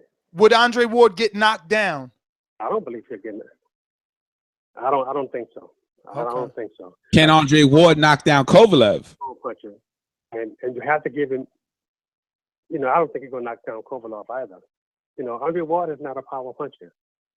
He's just an awkward guy who's hard to fight. But the guy is so smart. He knows everything about everybody. He studies. He does. The guy is he's just a good fighter. To me, he's a great fighter. And I really like Andre Ward in a lot of fights against everybody because Andre Ward got experience. He fought every style. He fought everybody. This guy never ducked anybody. And he fights whoever, And, you got to remember, he was one of the only few I said, hey, man, I want to fight Triple G. I'll fight Triple G, But, of course, we got to fight at a weight that's comfortable for both of us. And Triple G didn't want that, You got to understand. They want to be selective. They want to make a lot of money. They want to be selective who they fight, And Andre Ward is probably one of the few fighters that say, you know what? Okay, I know it's nothing else for 168, so you know what? I'm going to go up to 175. He can still make 168 pounds. But still, he said, you know what? I'll go up to 175. Give me a couple fights there. Let me feel my way around. And then, you know what? I accept the fight with Kovalev.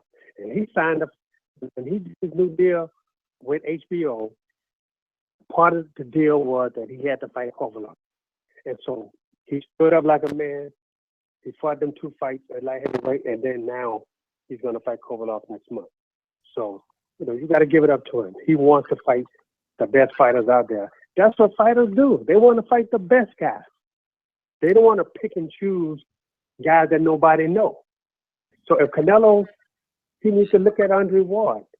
Look at Andre Ward's record. All you got to do is look at his record. That'll tell you everything about Andre Ward. Damn. Hey, Ronnie, I don't want to hold you forever, but I'm just going to tell you need to think about that same story you just said about Andre Ward and the way that he moved up to 175, how he asked for 2 fights to get acclimated to the weight. Triple G should have done that 2 years ago when Ward was entertaining the fight and his promoter was saying, no, we don't want to go up.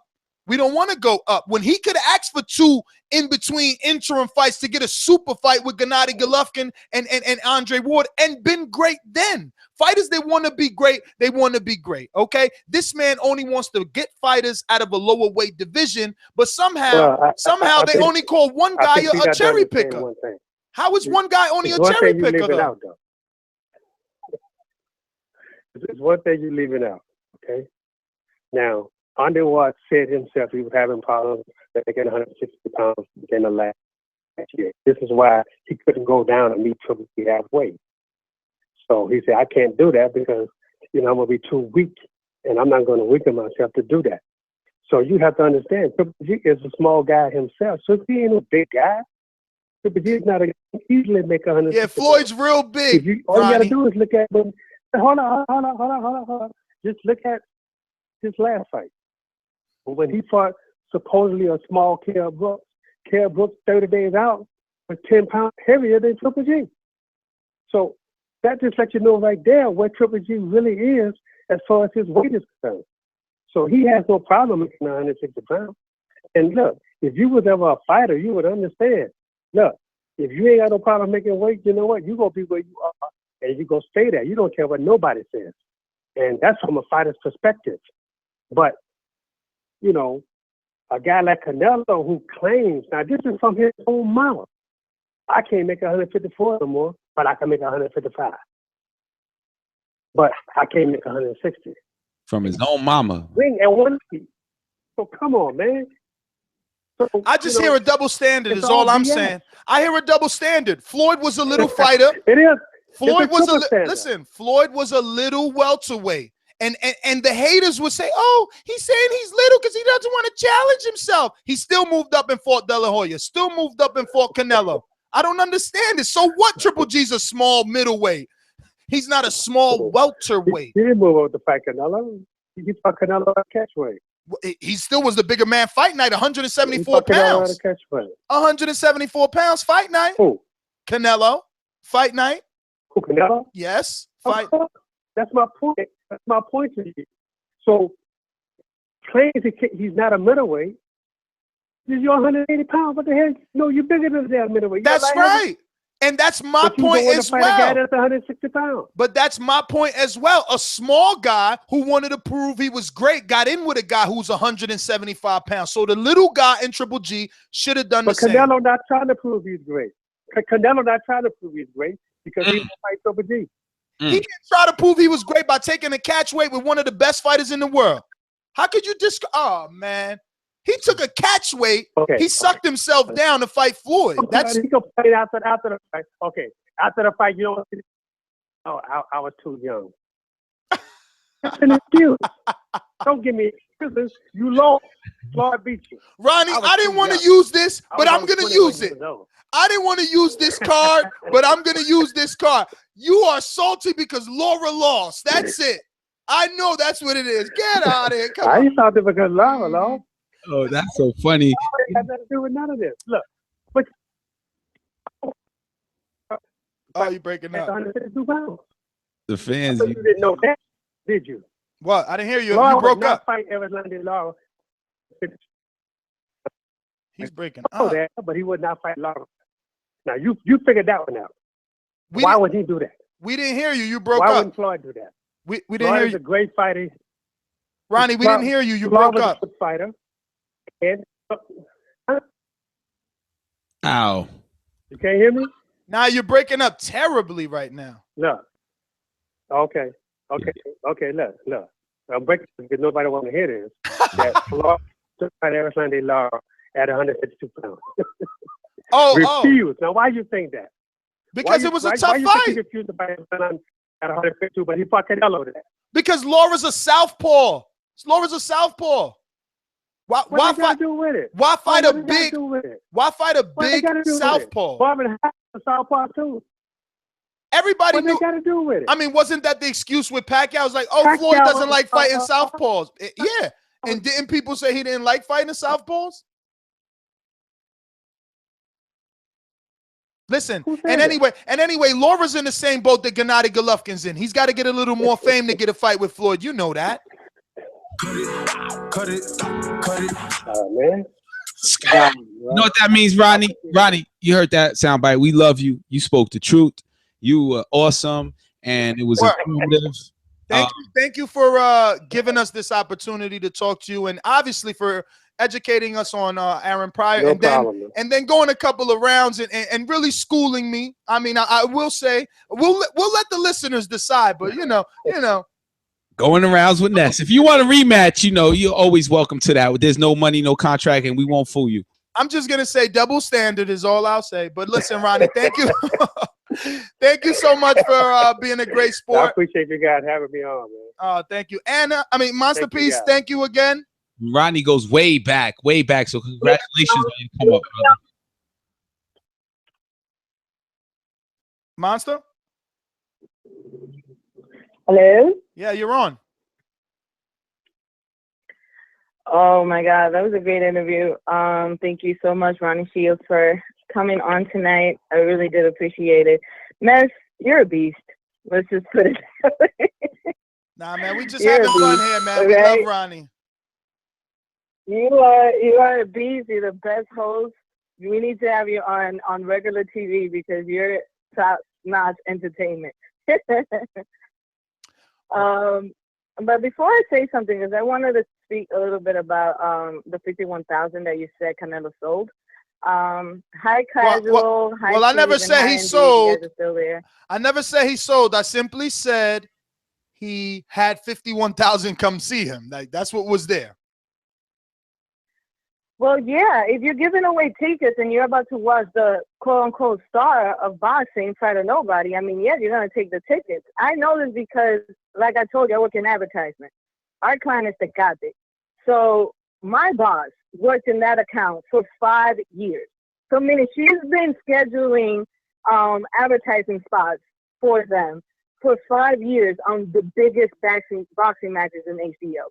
Never in the history have that woman gotten any tickets to go and see a fighter. Ever. She's been working in that account for 5 years. This is the first time she told me that they gave her extra tickets. Not just one pair, not two pair, but they gave her quite a few. You can tell your boss. I say it's impossible for him to have had sold the 51,000. Because in other years, when he was fighting like really top names and doing this HBO, she never got a ticket in her life. All of a sudden, he's fighting Liam Smith and she gets a ticket. She knew that was a red flag. She knew it. But it is what it is, man. I don't really think that he, sold that many tickets. I think Ronnie Shields hit some good points, man. Canelo really, and I said this many times in the chat, and the chat hates me for that. But Canelo really ain't shit, and he really, to me, haven't really proved it. I'm sorry. And I may be wrong, and everybody could come at me, curse me out, say whatever they want. But at the end of the day, I really don't think Canelo is that great. You can make a fighter look great. That's easy to do.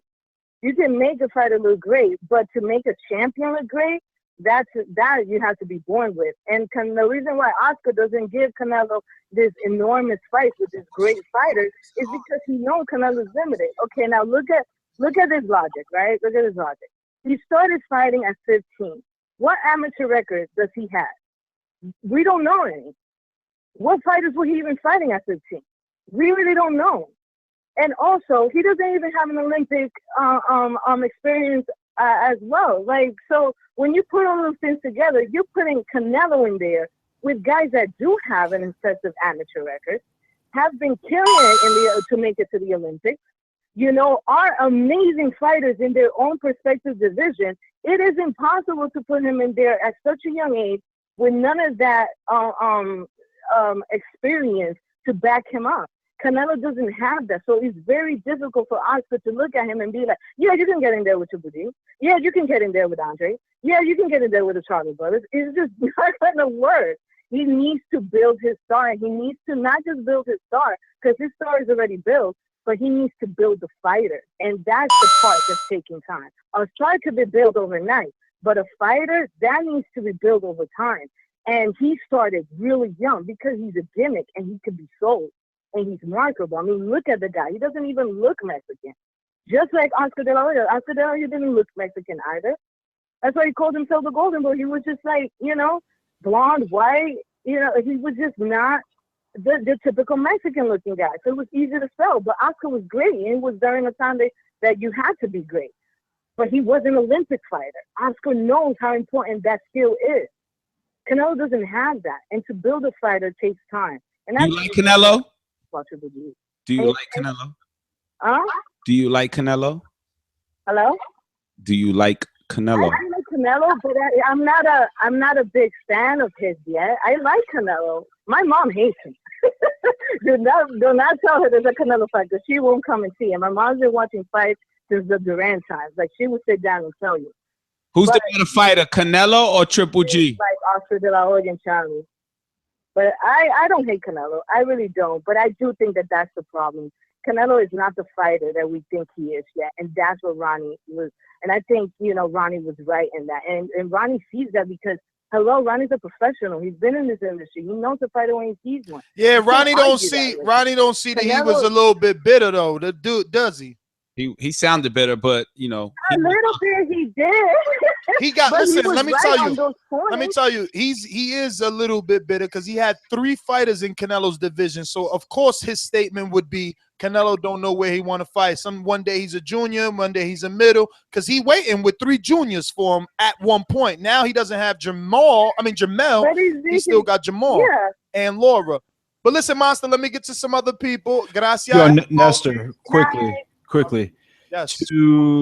Also to dismiss that, wouldn't you also say that he could also be sour on Golovkin? Because according to you, Lara wants that fight, right? Of course.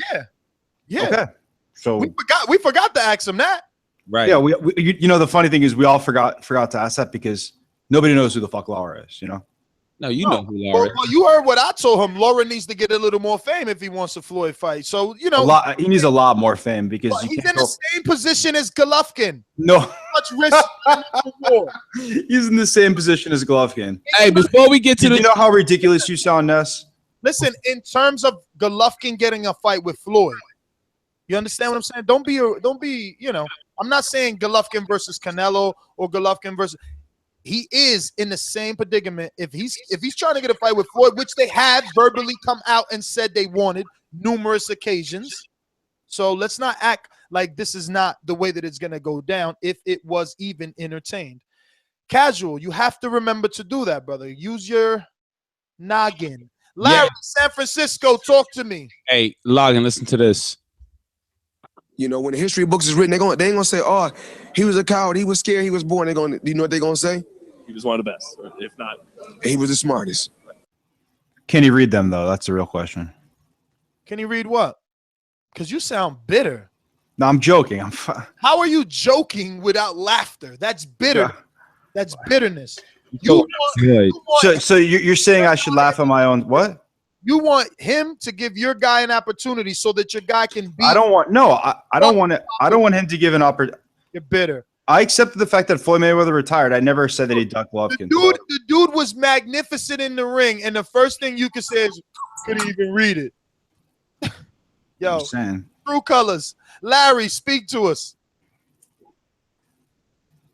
After the Boxing Voice, once again, the hottest podcast out there, and interviews and conversations like this is what proves that time and time again. Thank you very much for that.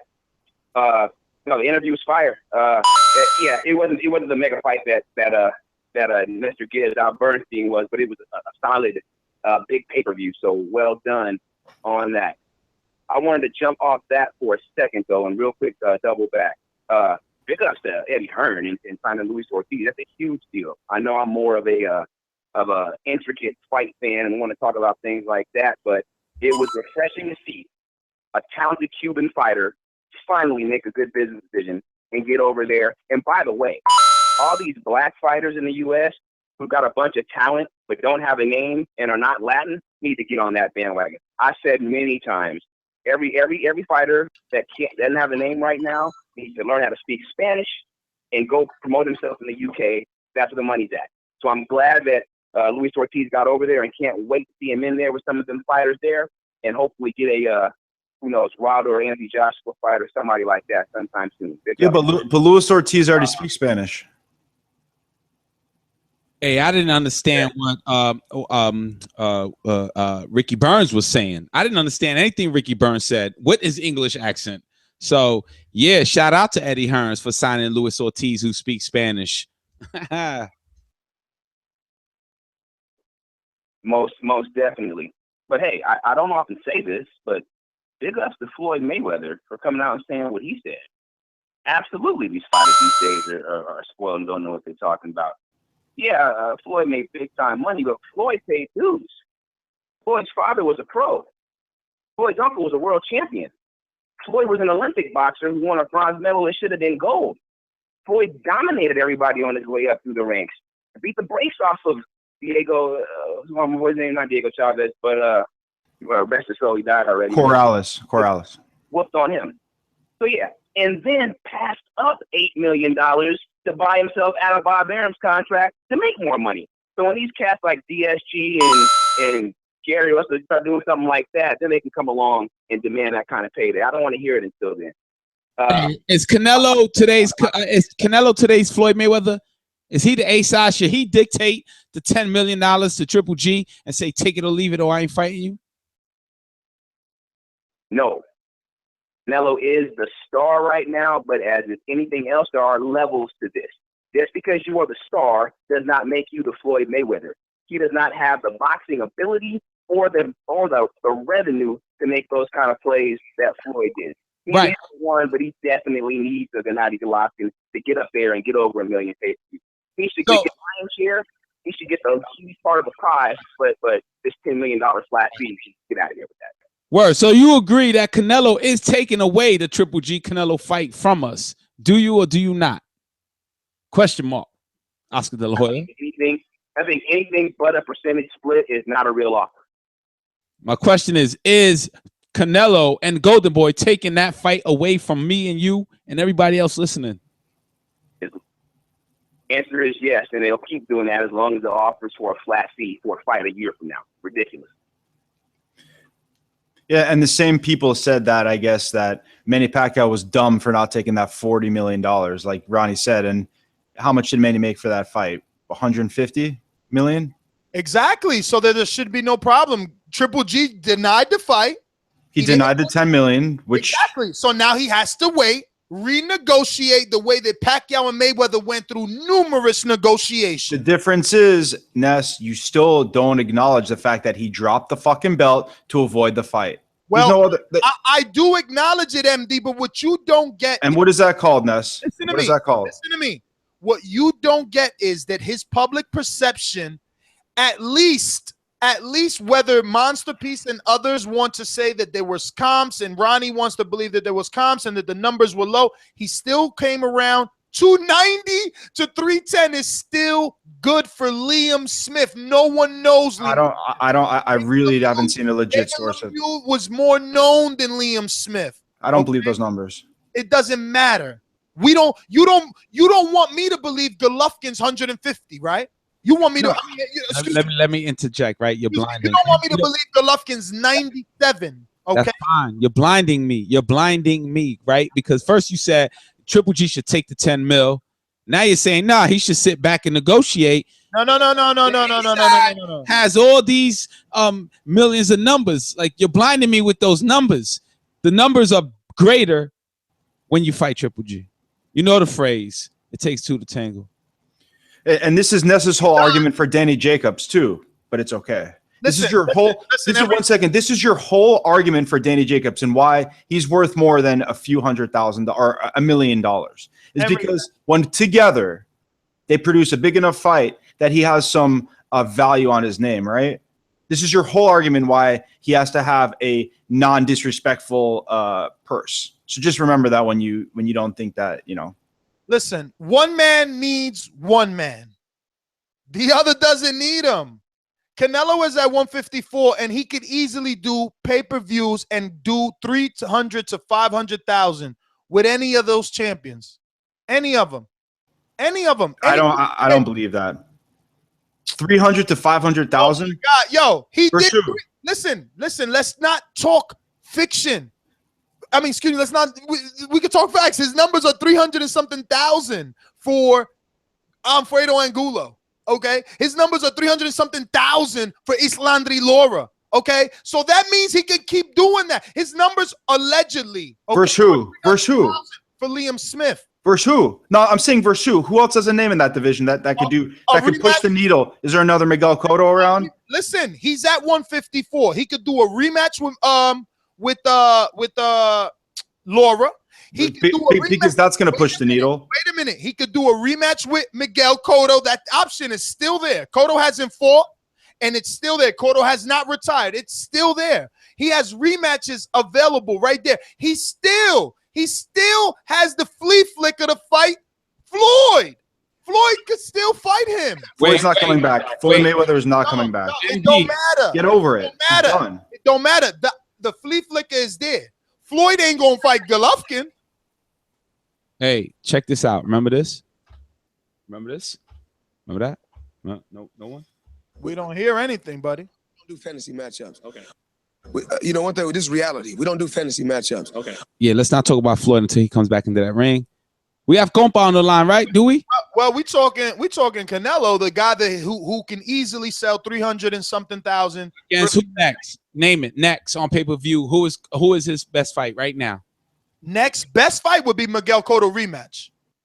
Oh, but that's Miguel Cotto. It's another exactly, and that's another retired fighter. Miguel Cotto was the A side the first time around. Let's not forget that. Did in this MD? He is Floyd Mayweather, Miguel Cotto, Floyd Manny Pacquiao. No. Casual. Miguel Cotto is not officially retired. He still owes Rock Nation a fight. He got a $50 million deal he got to fucking fess up to. So yes, he is legitimate for Canelo. He's not legitimate for Triple G because he already ducked Triple G. So Triple G know he ain't never getting Miguel Cotto name on his resume. So that is not an option for him. But it is for Canelo. Is it not, MD? Can I speak? I'm asking MD a question. I don't see that fight happening again. I think Miguel Cotto's retired as well. Who is it an option for? Who is it more likely an option for, MD? You're talking about two guys he could fight that are both retired. All right. Just put that in perspective. You're reaching so far. You're reaching so far You're reaching so far to his options that are people who aren't even active in boxing. That he wasn't talking about because Cotto already said he retired. MD, sure. Whatever. He knows one more fight. I'm not talking about retirement. I'm talking about who's the next fighter, who's the next opponent for Canelo to easily sell 300,000 pay-per-view fights. Islam Laura could easily. Nope. No fucking way. No way. So you saying he did it once, he can't do it again? Easily you said 400,000. He'll probably do about the same. So 345 the first time, MD. Stop, man. 325. I'm pretty sure he did three. It doesn't matter. No, the whole point is that you think facts. We're talking the numbers that they were already done. But the facts that you could say that producer, do me a favor. Just get to the numbers. Find us Canelo's pay-per-view numbers. We're gonna take calls. MD's chat room. List the name. Chat room. List the name. 300,000. Anonymous. Who is this? Yes, how you doing? This is Suleiman. Suleiman, why you calling from a blocked number like that? Shit, with a knife or something. So. Oh, I'm sorry. You know, check this out. This fight with I think that's people have to. I see that you're the only one that's defending Canelo here tonight. But people have to understand the guy's a working world-class fighter. He beat guys that people didn't think he was gonna beat. Right? He comes in, he brings it, he fills up the stadium, he sells the tickets.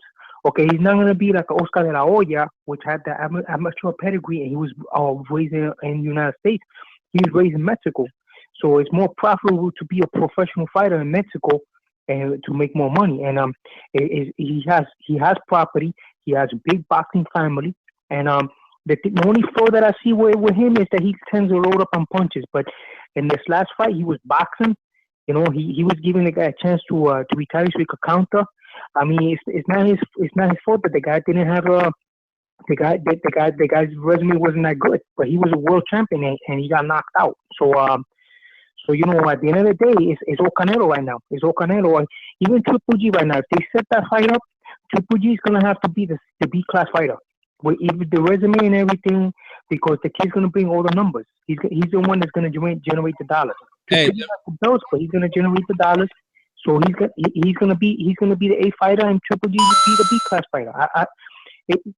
I don't see what's the problem. They should make the fight, make it happen, right? And then and at the end of the day, that's what people want to see. And then Floyd, they retired, man. They retired because he was slowing down at the end of his career, and if Triple G or this prime Canelo gets him, it's a wrap. So you know he don't want to get that one on his record. You know what I'm saying? He don't want to be another Sugar Ray Leonard. He got knocked out by Camacho, so just leave it the way it is. And it's just let Canelo and Triple G do what they have to do. You guys have a good night. Thank you for giving me your time. Suleiman, you didn't answer. Did Kell Brook expose Triple G? And is that the answer for Canelo? No? Okay, next caller, let's go. Any fighter any fighter that comes up from welterweight in the divisions that many fighters have, and they fight a middleweight, they're gonna be a little faster. They're gonna get some shots in, and that's what he did. He got a little bit of shots in, but at the end of the day, he got knocked out. He got broken over. He took a hell of a beat, and he was getting beaten from pillar to post at the end of the rounds, and they threw the towel. So he won the fight. You gotta understand, if a guy comes in from 147, Emil Griffith did it, Sugar Ray Robinson, all these guys, they come up from weight and they fight a middleweight, they're gonna have faster hands because they're hitting the double impact more. It shows in the speed. But he got knocked out, so I don't see why they're saying exposing. If any fighter in the middleweight division fights a welterweight, the welterweight is gonna have a couple of rounds. So listen to me. At all. He got knocked out. Suleiman, if you're in Canelo's corner, right? I'm talking about they exposed Triple G. If you're in the corner, do you believe Canelo can beat Triple G now from what you saw? Kell Brooks do. Okay, Canelo's a thinking fighter. Canelo's a thinking fighter in the ring. Okay, Triple G is gonna be so cautious. He's gonna be like another Sergey Kovalev when he fought Bernard Hopkins. Because that's the only way I could see him winning. He's gonna have to pump the jab all night, be very cautious, be careful not getting caught by a sneaky counter, a sneaky uppercut by Canelo. To tell the truth, I think Canelo's gonna bust him up because the kid's never been. He's gonna have a lot of pressure because Canelo's gonna scare the shit out of him with that pressure. It's like you going in the ring with Tyson, man. The only guy that was able to beat him because the kid was raw. He was too raw for Floyd because you gotta understand, Canelo's hard to train. Canelo is a hothead. He wants to be the best back then. He wanted to fight Floyd. That fight was made because he was pushing it. The fight with Austin Central, he was pushing it. Nobody wanted that fight. He was pushing that fight. So that's why he got that one on his record because he could have waited and picture Floyd fighting Canelo for his last fight instead of Andre Berto. He would have got knocked out. There was no way he could have beat Canelo for his last fight. That's why he picked Andre Berto. Suleiman, give everybody your Twitter handle because your time is up, brother. We could keep talking on Twitter. Give everybody your Twitter handle, brother. You speak the truth. Go ahead. No? Okay, well, my Twitter, Suleiman Oscar 3641. If you guys want to call me, man, but what I'm saying is the truth, man. I mean, the kid, he wanted to be the best back then, and now he's the best now. So, I mean, I don't see Garnetti beating Canelo. I don't see Garnetti because the pressure is going to be too much. He's going to be shook. I think he don't want that fight. He don't want that fight. He got too much stuff on the line right now. He got too much stuff on the line. Canelo is too dangerous for him. And if the fight happens, people are going to be on a Canelo bandwagon all night long. You guys have a good night. Suleiman, thank you, man. I can't wait to get you your intro. Stephen Calderon, who's next, brother? How do you feel, matter of fact? Sean, what's going on, brother? We got Sean Zutel. He actually is the one that interviewed Floyd for TV. Sean, what's going on? Yo, it's a pleasure, Sean, having you on the phone, man. Oh, thanks, man. How you guys doing? Great, man. Great interview this weekend. You brought us boxing. Actually, there was no fights, but that one fight, the Eddie Burns, Ricky Burns, and then your interview. Those two things were on my playlist all weekend. Just so you know. Thank you, brother. I appreciate that, man. Thank you. Unfortunately, we got a lot of sites taking our work, mine and TBV's work, pretty much. But what are we gonna do? I hope the fans know that for what it's worth, it was really our site that got that footage for you and got that interview. Floyd came over to me personally, but I guess it's not really important. It's about getting the information out there to the fans. But next time you got to get Floyd to say the Boxing Voice or TBV or something, brother. But that was a great job you did. I actually enjoyed it. You are now an official, iconic face in boxing for me. Thank you. I'm happy for you. I'm not sure about too many other people, if anybody, but thank you. But yeah, I mean, I wanted to get a touch on, I guess, Nes, if there's anything you wanted me to get out the way first, or. Nah, man. I mean, you heard all the topics you've been on for all that time. You heard the interview with Shields. I mean, you can really go everywhere. I know that you deserve to be on here. I've told this guy numerous times. You don't even know how much history he knows. So if you want to touch on Aaron, that's fine. If you want to touch on this weekend, even better, because we were not there with you. So if you want to, you know, talk about your experience with that 25-minute interview with Floyd, that's fine. We got topics here. You could talk. I mean, Eddie Hearn signing Ortiz. You heard the show. Sean, how did you feel when you were going to mention the fantasy boxing thing? Like, what were you going to really ask? What was that again? What were you going to ask when you were like, yo, Floyd, fantasy boxing, and then he broke into like, nah, this is reality. I beat asses. What were you going to ask? Right, that's right. Happy you asked that. What I was going to ask was, I wasn't going to ask about any particular matchup, you know, you and Ray Leonard or you and Ray Robertson or nothing like that. What I wanted to ask him was, if the money was right, would you take any fight in history against any fighter if the money was right, as long as he was around the same size as you, around the same weight class, and the money was right? Because, you know, we all like to speculate on what it is exactly why. I think Floyd has a sparkling resume, and he's one of the great fighters of all time. But I guess a couple fights in particular, Cotto in 2008, Pacquiao between 2010 and 2012, 2013. Why didn't it happen? And I kind of wanted him to clarify that. Is it the money that wasn't right at the time? Or, you know, basically, would you have fought Manny 5 years earlier in his prime if the money would have been better than waiting 5 years? You get what I'm saying? You know, yeah. You know, but he didn't want to go there. So I get what you're saying, but who did he fight that time? It was 2013. He didn't fight Manny, but he gave us what fight? Or the fight that he fought was who? Oh yeah, he fought Canelo Alvarez, and that's a great ass fight, right? Canelo styles make fights. Styles make fights, and I thought Canelo head to head at that time would actually beat Manny Pacquiao. But you know, it's just people wanted the fight we had waited for so long, and I don't blame that particularly on Floyd or Manny. I kind of give them 50% both. You know, it takes two guys to tango. So I never really went one way or the other on blaming either guy for that fight. Never. I kind of blame both, actually. So, you know. Well, great job anyway. Yeah, he still gave. Yeah. But I mean, but like I touched on with Floyd, I mean, people are going to say he's hypocritical for these guys wanting more money, but he did have to be a champion in 2 divisions, moved to his 3rd weight class. Floyd was already, had he retired before ever fighting on pay-per-view, he was probably a Hall of Famer. You know, being a 2-division champion, already beating a lot of great guys in Genaro Hernandez, Corrales, Manfredi, and Jose Luis Castillo. So these guys that are coming up now, the Danny Garcias, the Keith Thurmans, we'll give Keith credit. He fought Sean Porter. But these other guys, you know, they need to understand that they have to take the tough fights in the first place to build their name up.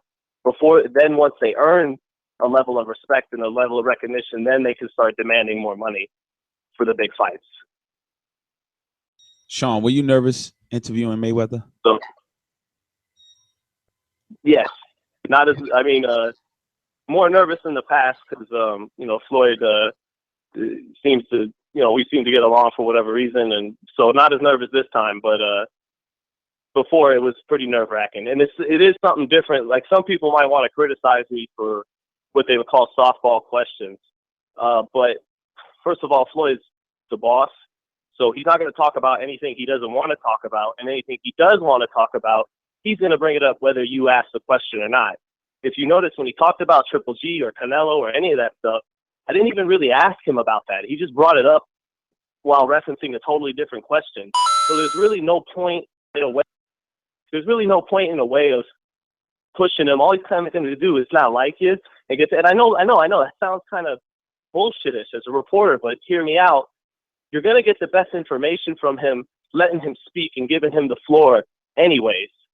You know, if you try to push him into what you want to talk about, it's not going to work anyway. So you might as well give him the floor, and he'll say whatever he's bound to say anyway.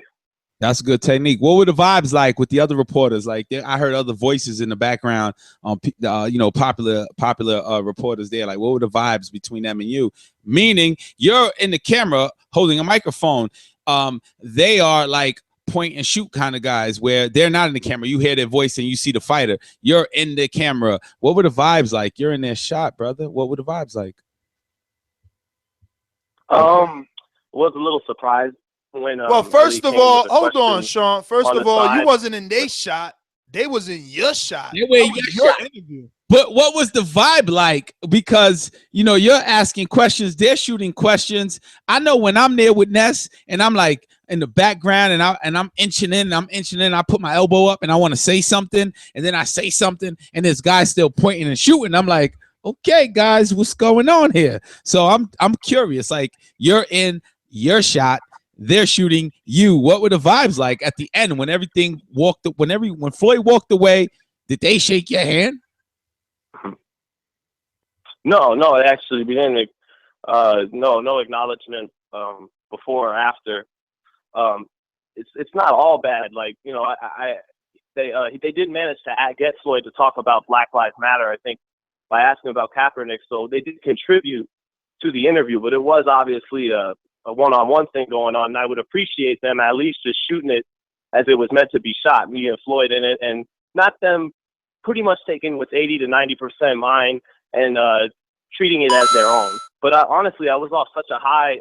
Parasites. With, Floyd Mayweather getting an interview with him that I didn't think to get upset with them after. Not get upset, but, you know, just say, hey guys, go ahead, put it up, but please do the right thing. Make sure myself and the Boxing Voice get credit for this, which I had learned. That was something I had to learn. You know, life lesson. Hey, one thing I took away and I laughed really hard about was when you and I'm gonna bring it back, when you asked about the fantasy and I saw like you start nodding your head. He was like, no, there ain't no fantasy over here. Did you feel a certain way? Come on, be honest. I felt the way for you. When he was like, no, it's all real right here. I really kick ass. Ain't no fantasy. We don't play that shit. Like, did you feel a certain way?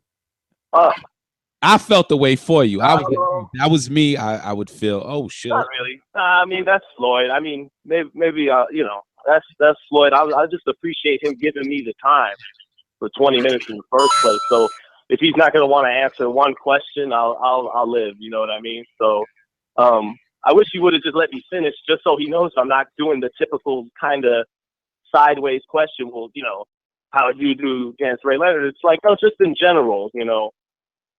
Would you fight anybody in history as long as the money would have been right? But then he kind of answered it anyways. Hey, this is real life. This ain't hypothetical. So even if I would have finished my question, that answer kind of answers it. You know. Would have liked to finish the question though, but what are you gonna do? Right. All right. So yeah, boxing this weekend. It was you, and then there was you know, our guy Ricky Burns. What do you think? I didn't get a chance to see the fight with me and my boy Steve, who did the camera work. We were at the Sam's house. I didn't get a chance to see it. I don't want to front like I probably was going to get a chance to see it today, like I was going to look it up, but maybe I will now. He brought it up, but probably not. You know, I don't want to lie. So what do you think about Luis Ortiz signing the Matchroom? I mean, a heavyweight, one that we know here in the U.S., normally fighting on U.S. television, is taking it overseas. Good move, bad move? You like it? I like it, yeah, man. It puts him in the same stable with Anthony Joshua and makes it that much easier to make a fight. If Tyson Fury ever pulls himself out of a funk, it leaves, you know, it gives Ortiz already some marketability if he were to fight English fighters or fight in England. So it builds up fights with well, then again, you know, I know Eddie Hearn and Frank Warren hate each other, but, you know, dollars make sense. So I think he's bound to definitely fight Joshua at some point, is what that signing says. And it's a failure on Oscar De La Hoya's part as a promoter. He let a good ship get away here. He had his guy in the dance in the heavyweight mix, which is really heated up now. You know, he had a real player in Luis Ortiz, and he let him get away for whatever reason. Maybe he couldn't make the best fights with guys like Hearn and Heyman with Deontay Wilder, but this is an L for Oscar De La Hoya as a promoter. You know, he needs more depth, not for his roster to get thinner. But for Ortiz, it's a great move. England loves boxing. I think Anthony Joshua is the future of the division for the next decade, probably plus. So, you know, Luis Ortiz is good for Ortiz. It's good for Eddie Hearn and Joshua. Decade, Sean. So you think that he's not going to fight Deontay Wilder in 12 years? 10 years? I get what you're saying. No, hey, that's the fight right there. Those are going to be the last two guys standing, Wilder and Joshua. That's a real super fight. That's a real fight. You know what? When they built that fucking thing up the right way, that thing might be bigger than Canelo Triple G, because it's two thoroughbred heavyweights, a gold medal winner from Britain, 6'6", in great shape, a guy from America, 6'7", bronze medalist, both undefeated, both knock everybody out, both athletic. That fight, along with Canelo Triple G, has the biggest potential drawing power in the sport, I think. Well, listen, Sean, I know you waited a long time, and it sucks, but that's why I invite you on this panel. With all that knowledge, you need to be on this panel, but we got to get to some of these callers. So hopefully you take us up on that offer. Keep putting in, fighting a good fight for TBV and putting in the great work, you know, doing your thing. I'm telling you, guys, tell this guy in his comments of his video he needs to go back to that gym. You're the only guy that Floyd walks up to and openly speaks to like that. Everyone else has to beg for questions. He talks to you. You got to get in there, brother. And you look nothing like. Just a couple quick words before you let me go. Aaron Pryor, rest in peace, was voted by all of the writing experts, the entire Boxing Writers Association, at the turn of the century in 1999. He was voted the greatest fighter of all time at 140 pounds. So, I mean, if anybody wants to think of a modern version of Aaron Pryor, think Manny Pacquiao. He had this ferocious and enthusiastic energy, punches from all angles, and was as fun to watch as basically anybody that ever fought. So rest in peace to Aaron Pryor, a terrific fighter. And when it goes to Canelo Triple G, the sell date on that fight is September 2017. So save the pitchforks for Canelo for September 2017. If he doesn't make the fight by then, go for it. You know, that's it. That doesn't mean you don't put pressure on him in the meantime to make sure he does fight by September. But save the pussy and the bitch and all the harsh stuff, even though I wouldn't call any fighter that. But save that for at least after September 2017. That's the sell date. That's right. Hey, before you go, though, Povetkin-Stiverne. I got to go with Povetkin, although I don't consider Povetkin a threat to the top guys, really, like Wilder, Joshua, even Tyson Fury, if he comes back focused. We know he wasn't a threat to Vlad. He's a good fighter, good amateur background, but he's a little too small, and he's solid to good, not great. I just don't think he's a real threat to those guys. He's got to be the favorite against Stiverne, but he's got to watch out for Stiverne's right hand. So, well, all right, I think Sean, if Stiverne man. comes in shape. Ooh, I'm sorry. Hold on. I thought you paused there, buddy. My bad. Once you breathe, you know Nes got his finger on the trigger with the mute button. I got. Oops. Yeah. Go. I'm sorry. Oh no, I mean just that, you know, Stiverne, if he's got to come motivated in his shape, and that's not, you know, making an excuse beforehand for him, but he's got to. If he comes motivated, I think it's a very interesting fight that Povetkin's still the favorite in. But like I said, I don't think this guy is a real threat to the top guys of the division. He's solid, and he deserves to be the favorite against Stiverne, but he's got to watch out for that right hand. All right. Stiverne can punch. Once again, thank you. Have a good evening. Great job. Keep fighting a good fight for TBV, brother. You need to get yourself some social media so you can get some guys behind you. Speaking of social media, share this show on all your social media. Put it on your Facebook post, page, wherever. Like our Facebook page, you know. Share it on Twitter. Hit that thumbs up button. I cannot believe we don't got 200 thumbs up. That's insane. Like, there was like 200 and something watching. Like, we just went to war with Ronnie. Like, we gave you Floyd, like, exclusive. I mean, where's the love? Cue the Jay-Z song right now. There were no fights this weekend, matter of fact. No fights. Like, another podcast would have packed it up and said, you know what, forget it. We're not even going to do a show this week because it's so dry. We got Ronnie Shields, and we spoke Ricky Burns. We got the news on Floyd Mayweather straight from our correspondent, Sean. What's his last name? Zutel. Sean Zutel, ladies and gentlemen. All right, so we're going to get back out to the calls, but before we do, word from my sponsor, my boy, because guess what? Because of him, he sponsored El Camino is also sponsoring our TBV West Coast edition, which we've officially found a home for. Now, a select few, and obviously those few have been Patreon members, some Patreon members, not everyone. Invites only. Some Patreon members have already been graced with the visual of what would be the set for the movie that will be TBV West Coast Edition Appreciation Night. Without a doubt, it's going to be insane. Ness, you mean what will be, not what would be. No, yeah, what will be. What I didn't even know I used the word would, because you know what it is? It's just going to be so good, really. The location is amazing, for real. Like, way better than last time. I mean, last time we had 700 square feet. Well, this time, you know, got a couple thousand for you. Different vibes, though. Different location, different vibe. Yes. We're gonna have everything that we wanted to have, right? I mean, we're gonna have fights playing, nice low table. Yeah, pool table, ping pong table. We're gonna have some. I want somebody actually. So someone who really loves the show. We want you to contact us, and we want you to make us a playlist. Find all the good either highlight reels or like good fights, right? But it has to be HD so that we go set it up to an Apple TV, put it on this nice 65-inch that we're gonna have. Mute it. What happened? Mute it and well, not necessarily mute it. I was thinking put the volume very low though, you know, where we can still speak, because on top of that we have to have our DJ playing good music as well that's also very low so that we can still speak to one another. We're gonna have, I already got some sexy waitresses that I hired one. We're going Enrique wants 2. I thought we were good with 1, but actually 3, but go ahead. Look, he wants 3. We're so far we hired 1 sexy waitress. And I was talking to Bermain-Stiverne. He might show up. We already have 1 guy already showing up, 1 fighter. I'm not gonna mention anything yet, but what about the promoter we have? I'm just gonna no. See, the promoter is not for sure yet. I'm just gonna mention the possibles. I'm not even gonna mention the confirmed, because the confirmed is too easy. That's what we got. What I'm shooting for. Obviously, I sent the message. I should play you the message I sent to Robert Garcia just to show you I'm a fucking G.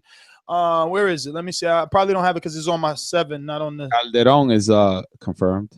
No, but Calderon is a given. Calderon. See, I don't want people to think that we have Mario as a given. He never showed up, so I just want to let that. I don't want people to think that Calderon is like this new dude. He's been there for years. Okay, he's just never showed the cara, which means face. All right, so I don't have the audio on the thing and whatever. But the point is, I sent the message to Robert Garcia, and he responded back to me already. He's gonna let me know his schedule. He's gonna be at the fight. He's on the co-main event. So. Again, remember, he was on the co-main event for Thurman Porter, but then his fight got canceled with Abner Mars and Cuellar, which fucked it up for us.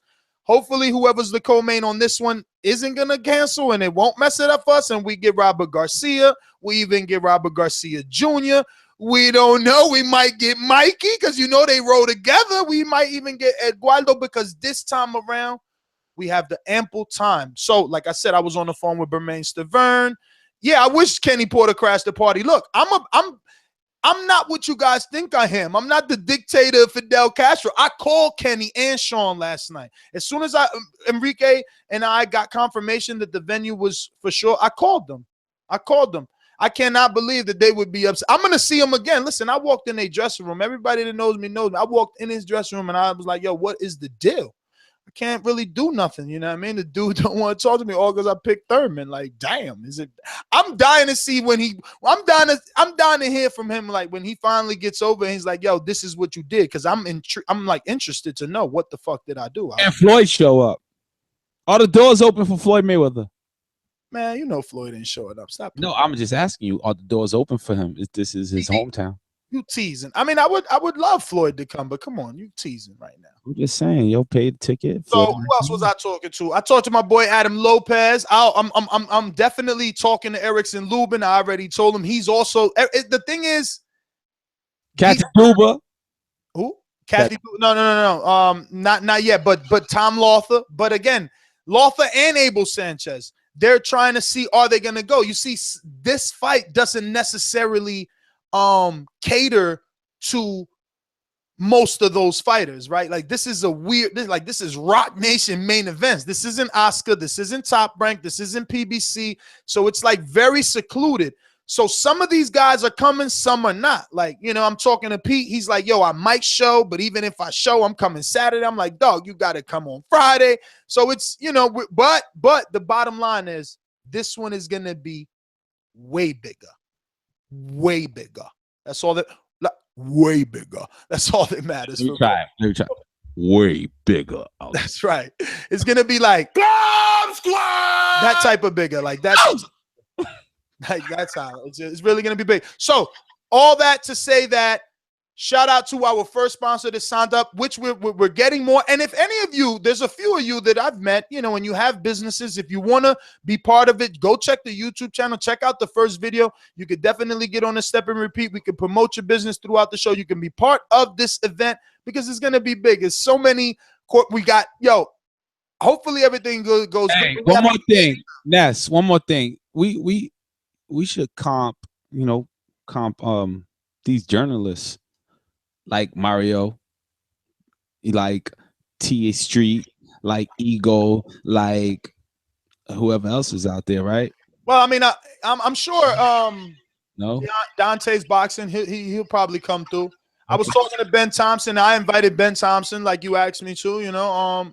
Me and him cool, so we'll see if he comes through. But you know, those guys are gonna be busy that night. Like, people don't take off, man. When you want to grind, you want to grind, and those guys are definitely grinders. You know, Ego, you know, Dante, and you know, Fight Hype. They all grind. Like, they probably not gonna take Friday night off. After the grind. We have drinks. We have kick your feet up, and we have a pool table, and we have waitress. So you know, this is our grind. You know what I'm saying? Without our listeners, we are nothing. So we working Friday by having this event for the West Coast, because our West Coast listeners are the ones that asked for this, you know, and I'm just hoping everybody comes through. And it's gonna be really big. I'm just fucking excited. I mean, it feels good. I even asked Ronnie, right? And who else? I talked to so many people already. It's just like, it's not that many insiders going to this fight from what I'm seeing, but hopefully we get a little luckier, right? We're gonna again go to our sponsor because he is the truth. This portion of it sounds so low, right? Let me turn this up. This portion of the show is brought to you by our sponsor, El Camino Electrical Services, who have over 15 years of commercial electrical experience, servicing the whole Silicon Valley and the entire San Francisco Peninsula. Visit us at our website, elcaminoelectricalservices.com, for more information. Because really, without them, we wouldn't have pulled the trigger. Enrique with the background is killing me. He just doesn't listen. He's so hard-headed. We're gonna go to someone that isn't hard-headed, someone that took his brain and said, you know what, I want to call in anytime I want. Matter of fact, I want to call in twice because he is the official Boom I Ring. Bruce, what's going on, brother? How have you been? And actually, let's give you fighting out of Pittsburgh, Pennsylvania. Please welcome Lightning Rod Soka. That Pittsburgh intro. What's going on, Bruce? What's up, man? You're going to have all these people in the chat start talking shit now. Yo, man, you got to represent your boy. Bruce asked me personally. He said, yo, bring Salka through. He's on the fat line. Bruce, are you coming first off? Hell yeah, Bruce is coming, bro. He's a Patreon. He's a TBV supporter. You see him in the video. Come on, Bruce is in there already. He been in there. He's a boxing fan. Yeah, I'm coming, man. You know I'm coming. Definitely. We got to, I want to see you with that WBC TBV belt, casual. Man, I feel so bad for Joey. Joe, you need to mail that belt back to me, man. I'm waiting on it. No. Look, last time I didn't get to tell you this again. Like, he been asking me for your address. I wanted him to give it to you in person, but I think told him the same thing. And then he said, I'm not coming. I said, all right, well, then mail that shit.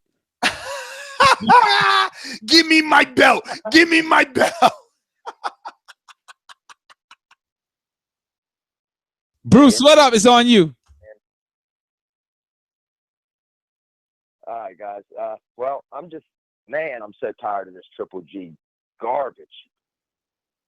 I mean, gosh, this dude ain't did anything.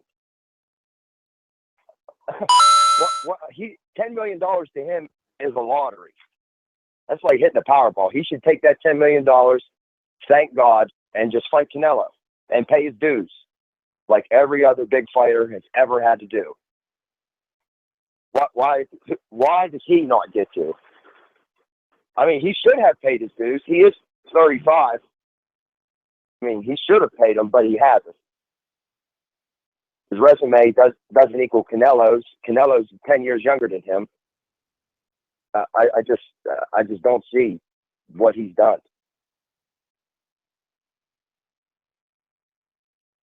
Yeah, man. I mean, MD, can you help me? MD, can you explain to me what he's done? Well, MD stepped away. You know, he still did go through that hurricane, so he's in and out at the moment.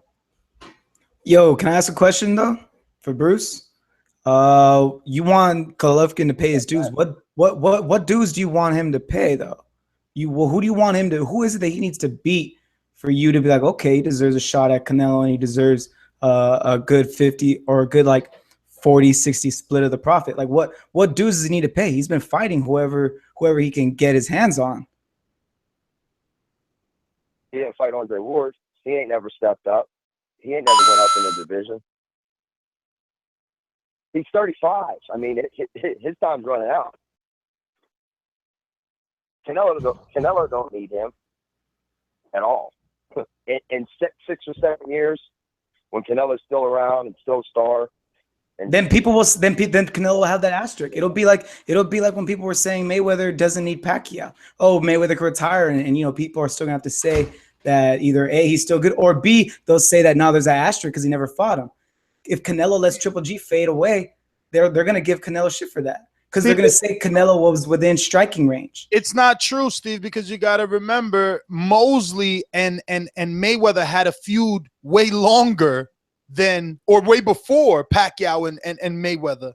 And Mayweather came and beat Mosley at the time that he did. I don't hear nobody even remembering that was beyond its time or that Mosley was old. Like very few people would come and say, oh, Mosley was old because because the year before, because that year before he knocked out Margarito. That's the only reason why people are like, okay, good, finally, now we're getting what we want. And you got to remember that's because Mosley made a show of it too. He bigged it up when he went in there and called out during the Marquez fight. He was still old. That's still the point. He was still, just because he put on a good performance, he was still old and it was still past his time, and no one complained. Is my point. So if Canelo fights Triple G when Triple G's 39, nobody ain't gonna complain in the history books. I agree with that, but he still has to fight him, correct? Yeah, as long as Triple G don't lose to someone else when he's daring to be great himself. Listen, the reason Pacquiao and Mayweather worked is because they took two separate paths, but they both were successful. So both of these guys got to take their paths, and they both have to be successful for when they finally meet, it still be as big. Exactly. I'm just waiting for Triple G to dare to be great because it hasn't happened yet. And that's the thing, Bruce. Had he, let's say, moved up and fought Ward, right, at a catchweight, beat Ward or fought Ward in a valiant fight, then his stock raises, and maybe Canelo cannot be such a diva in the negotiations, especially if he moves up and beats a couple of 68s, like beats Badu Jack for the WBC, right? And now he's like, oh, I don't want this belt. I just moved up the show. I'm a beast, but this division is too big for me. So yeah, it's different now. Like it's like, damn, it's that campaigning at two different weights. Like Canelo can't boss him around, but oh, I'm just staying at 160, and we see you fighting welterweights and junior welterweights and welterweights and junior middleweights and seldomly 160 pounders. It's like, yo, get out of here, man. Exactly, man. I can't get down with that. I just can't. I can't get behind it. I mean, listen, I understand what he does now. I understand what's going in boxing. People gotta, like, when you watch these shows, don't be weirdos writing your shit in the fucking comments. I understand what's going on, but I understand this man cannot get the fights that he wants. But Floyd couldn't get the fights that he wanted. Canelo couldn't get the fights that he wanted. No one gets what they want when they want it. Remember, Canelo was trying to get Cotto last year. It didn't happen. It didn't happen when the first time. So, like, this is the way boxing teaches us that. I just don't get it. Like, he's gotta do something else. We can't sit around and just be like, oh, Triple G, You know, he's got it. He doesn't have. It's not his fault. Or man, you know, it's a fucked up world he lives in, and these guys don't want to. Like, how long are we gonna be making this fucking excuse for this dude? Let him fight somebody. Oh no, he's only fighting a welterweight because nobody wants to fight. Like, yo, these excuses are stupid. I'm not even joking. Like, I don't understand how people could waste their saliva saying he fought Brook because no middleweight want to fight him. Like, there's not 1,500 fucking middleweights literally in the rankings. Like, come on, man. We got to wake up. We all have to wake up. We either have to realize this is the reality we live in, and it's going to be difficult to get what we want. And in order to get it, you got to be like most. You got to get in some sort of sanctioning body. And then seldomly, rarely does a fighter turn coward and vacate his belt. But then you at least got that. Triple G has that on his resume. He has the belt that belonged to Canelo and the fact that the world is calling Canelo a turncoat and a coward. So now move the fuck on. Why are you still chasing Canelo? It was about the belt, allegedly, but you're still trying to negotiate with Canelo. Move the fuck on. Give us a decent fight. Stop fighting junior middleweights and welterweight. Give us a real fight. Canelo doesn't want to fight you. We accept that. He's a coward. Okay. Now you move the fuck up and fight somebody worth seeing. That's all. No, that's not true. I didn't accept it. I didn't accept it. What No. did you accept? I don't accept. Vacated, brother.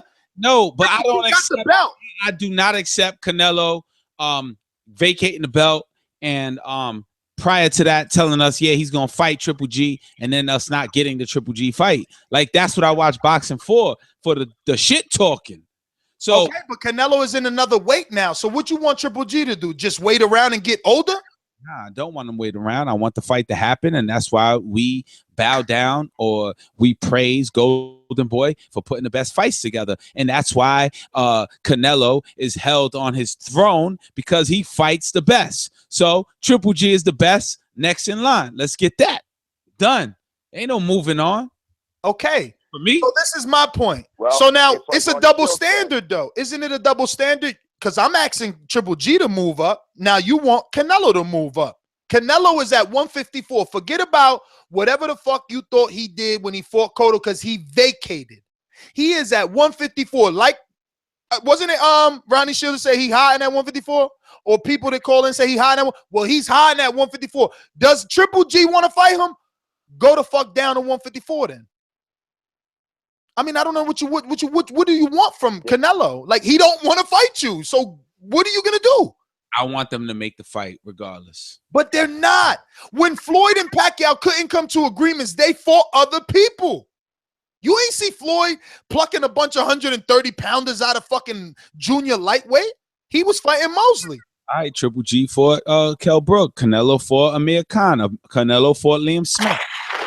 So now what? Yo! Don't forget, he also pulled up Marquez, though. Come on, Nes. Don't act like he didn't pluck nobody. Yeah, pulled up a pound for pounder. First ballot Hall of Famer. Stop, yo, your face, Get ahead my of right hand. All right, listen though, your face, my right hand. Wow, Triple G is about to fight Daniel Jacobs. You know what I'm saying? Who's Canelo gonna fight next? He ain't about to fight Daniel Jacobs. Tom Lawler said they needed to use the WBA purse bid, so we already know. What does and that could be another duck situation where he drops that belt too. And you know what his excuse is gonna be? Clarify that. Who drops the belt? If you listen, the excuse is going to be, well, we've been paying sanctioning fees as a super champion, and we are not. We want to be treated fairly. This sanctioning body doesn't want to treat us fairly. They're charging me and Triple G the same thing. All I'm saying is, damn, I know I'm not the super champ, but give me 40. You don't want to give me 40? Okay, take your little fucking belt, and I don't got to fight Triple G. It's that simple. I'm not saying that's what is going to happen, but that's what's going to happen. I think it's especially if they don't win the purse bid, because who the fuck is going to fight Triple G for 25%? Yo, that pot got to be so big for that 25% to mean anything. You got a coin. But I'm saying that the fight is possibly going to happen, and then next Canelo has someone else to fight to then meet.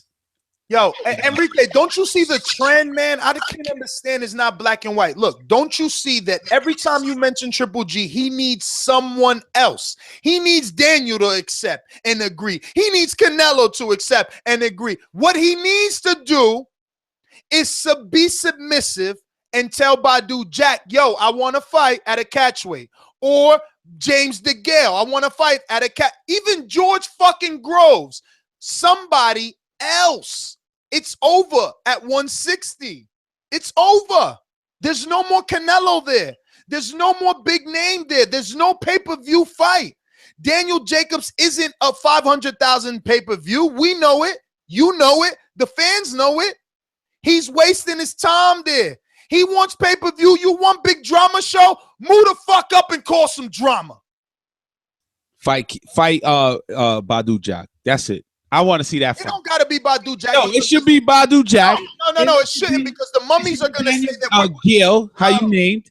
No, it's about money. That's why he wants Canelo. Like, why do you want to go work for the newspaper company when the garbage company paying you better? You know, Canelo pays you better. I want to beat Canelo. I'm just saying it shouldn't be Badu Jack, because I don't want the mummy saying that we're only saying his name because of Floyd. So it should be James DeGale, who at least has a presence in the UK, and Gennady already fighting in the UK. It could be George Groves. Off the bat, you know who's going to win that fight. Yes or no? But it's another route. It's another route. Listen, we knew Floyd was going to beat everyone he stepped in the ring with. Pacquiao and Floyd still had separate routes and met in the future. You can't be a Triple G fan and a Triple G and just say, I'm going to just fucking wait for Canelo. And if I don't get Canelo, I'm going to fight little boys. That's unfair. I'm a boxing fan. I don't want to watch mismatches. Move up. There's nobody left. It's over. I was respecting Triple G because I know he can make the weight. And like, yo, there's fights to make. But now dudes is ducking them blatantly. Listen, Daniel Gill ducked him once. Then came back to finally fight him. Right? Fucking Felix Sturm ducked him already, right? Cotto ducked him. Martinez ducked him. Canelo ducked him. Yo, you got to go, man. Like, I understand. It's a fucked up world. They don't want to hook you up with a big fight. Let's put the politics aside right now. Let's say the fight is announced, and you know, the odds are great. There's a bet. Who are you gonna put your money on? Triple G or Canelo? Real quick. I'm a Triple G fan, man. That's why the fight is not happening. Thank you. Let's move on. Next caller. You're serious? Exactly. The fight is not happening because one promoter knows he not about to give up his cash cow. He ain't got nothing. He ain't got nothing. Shit, I forgot about Jose. Damn, Jose. My bad. So it's a very you know. Jose, do you play pool? Bruce, wrap it up, Bruce. I hijacked his call. Bruce, do you play pool? Nah, man, you're good. You play ping pong? Sometimes, man. Sometimes. You don't want to put the money against me, because I would knock your ass out in ping pong or pool. Now I'm fucking with you, man. Go ahead. Hey, don't go golden boy on me. All right, cool. Go ahead. But yeah, I mean, one thing I did want to say though was, you know, Ronnie Shields said it himself, you know, with his double standards. If you can make the weight, make it. I mean, he was saying it about Golovkin. That's why he shouldn't have to move up. The same thing for Canelo. If he can make 154, make 154, and then you're not in the same weight class as Canelo. So, as MD would say, how do you duck somebody that isn't in your weight class? Doesn't he say that all the time about Ward? Triple G, ducking Ward. Yeah, he said that's his comeback. So it's kind of the same thing with Canelo. If he can make 154, you make 154. Just the truth. Right? That's the same thing I used to say about Triple G. If he can make 160, he could stay at 160. So it's the same thing for Canelo. But you got to understand that people are nervous because Canelo refused VADA. Yeah, but they're nervous because he refused VADA and all of a sudden made 154. Yeah. Well, the point is that Triple G just got to move up, man. I mean, once you conquer the division, it's the next logical move. Not pull welterweight up. That's what I'm saying, man. Bruce, Ricky Burns, Adrien Broner. Who wins? Ricky Burns against who? Adrien Broner. Who wins? Oh, Broner. Easily. Broner dismantles him. Ricky Burns got beat Saturday or Friday or whatever. That's the same thing MD said. Bruce, let me come back to you because you are a ringer. No, not a ringer. You got that wrong. He's a boomeranger, right? He's a boomerang, man. You got that wrong, producer. He's not even from Australia. He's from Pittsburgh. Boomerang. We're going to go to James from all around strong. What's going on, James, in the DC area? Talk to me. James, Luis Ortiz is now going over to the UK. What do you think? What do you feel? How you? I'm good, man. What's Good. going on? Luis Ortiz. Luis Ortiz is going to the UK. You like that? I mean, I don't know. I don't know too much about why he did it, obviously, but I mean, to my understanding, he got dropped. I don't know if he left Golden Boy or got dropped, but I mean, I think it could be a good look. It could potentially be a good look depending on how he get matched up. You know what I'm saying? Right. So, did you hear the Mayweather interviews that our correspondent Sean has put out there? Mayweather spoke on. I haven't heard him yet. Well, Mayweather spoke on Triple G being exposed by Kell Brook. I don't know if you agree or disagree. Mayweather has also said that he can beat anybody. He did say that. He was bugging. Not bugging, like he was going in though. It was funny. It was funny. But he's been on though, Enrique. He's been on, so he's heard the whole show for the past 3 hours. So James, if you could touch any topics you want. Spit your game. Talk your shit. All right, last time I don't know if it was you, Nes, or Enrique, but y'all hit me with the little cut it. So I was like, let me go ahead and make this real quick. In regard to the interview, I haven't seen the whole interview, but obviously I heard y'all guys talking about it, so I'm definitely gonna check it out either tonight or tomorrow. But I do think Gennady got exposed a little bit in that fight. I like Gennady. He can fight. I don't think he messing with Canelo though. Canelo sharp. I'm team Canelo, man. I like Canelo. I don't know why he ain't fighting him. That could be this business. You know what I mean? That could be Golden Boy saying, "Look, hold back. Let's build this up." But I think Canelo is better than Triple G. But I do respect Triple G. I think he's a good fighter. In regards to what Mayweather saying, ain't nobody beat Mayweather, man. I don't know about now. I know he kind of older now, but ain't nobody messing with Floyd, man. Come on, man. Who could really beat him? I mean, unless age catch up with him, can't nobody beat Floyd, man. But I did not check the interview out. I'll see I'm gonna get on that. And shout out to your correspondent, Sean.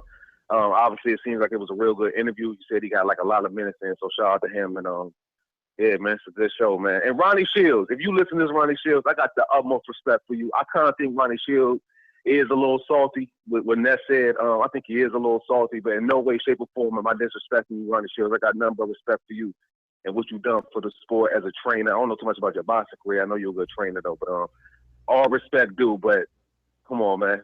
Triple G, all right, though. You know what I'm saying? James, did you enjoy the show?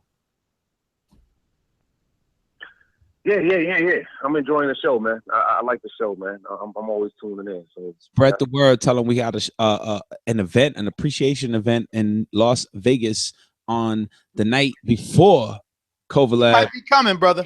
You coming? Oh shit. He might. Yeah. I hope you know how to play pool because I'm gonna bust your ass. I'm looking to make that move. I don't want to put nothing out there, but I just talked to Ness this weekend, so I'm gonna see what I could do. You know what I'm saying? I might want to hit that one. I ain't hit the last one. I wanted to go up to New York, but I couldn't do it. So we'll see how everything play out. But I'm definitely looking to make that move. All right. Well, the doors are open. You are invited, and it is an invite-only event.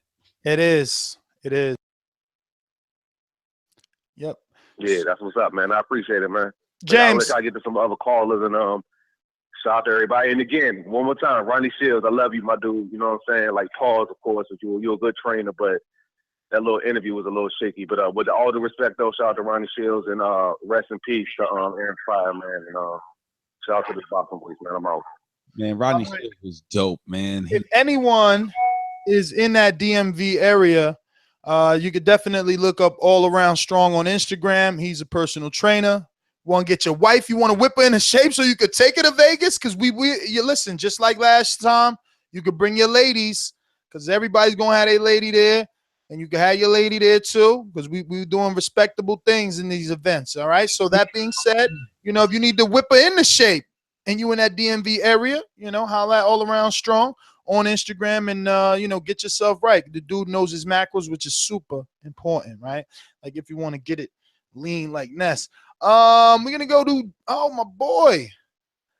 We're gonna go to some alumni. Seconds. Don't worry about that. We got drive-by time around these parts. Like I know, you should lie low.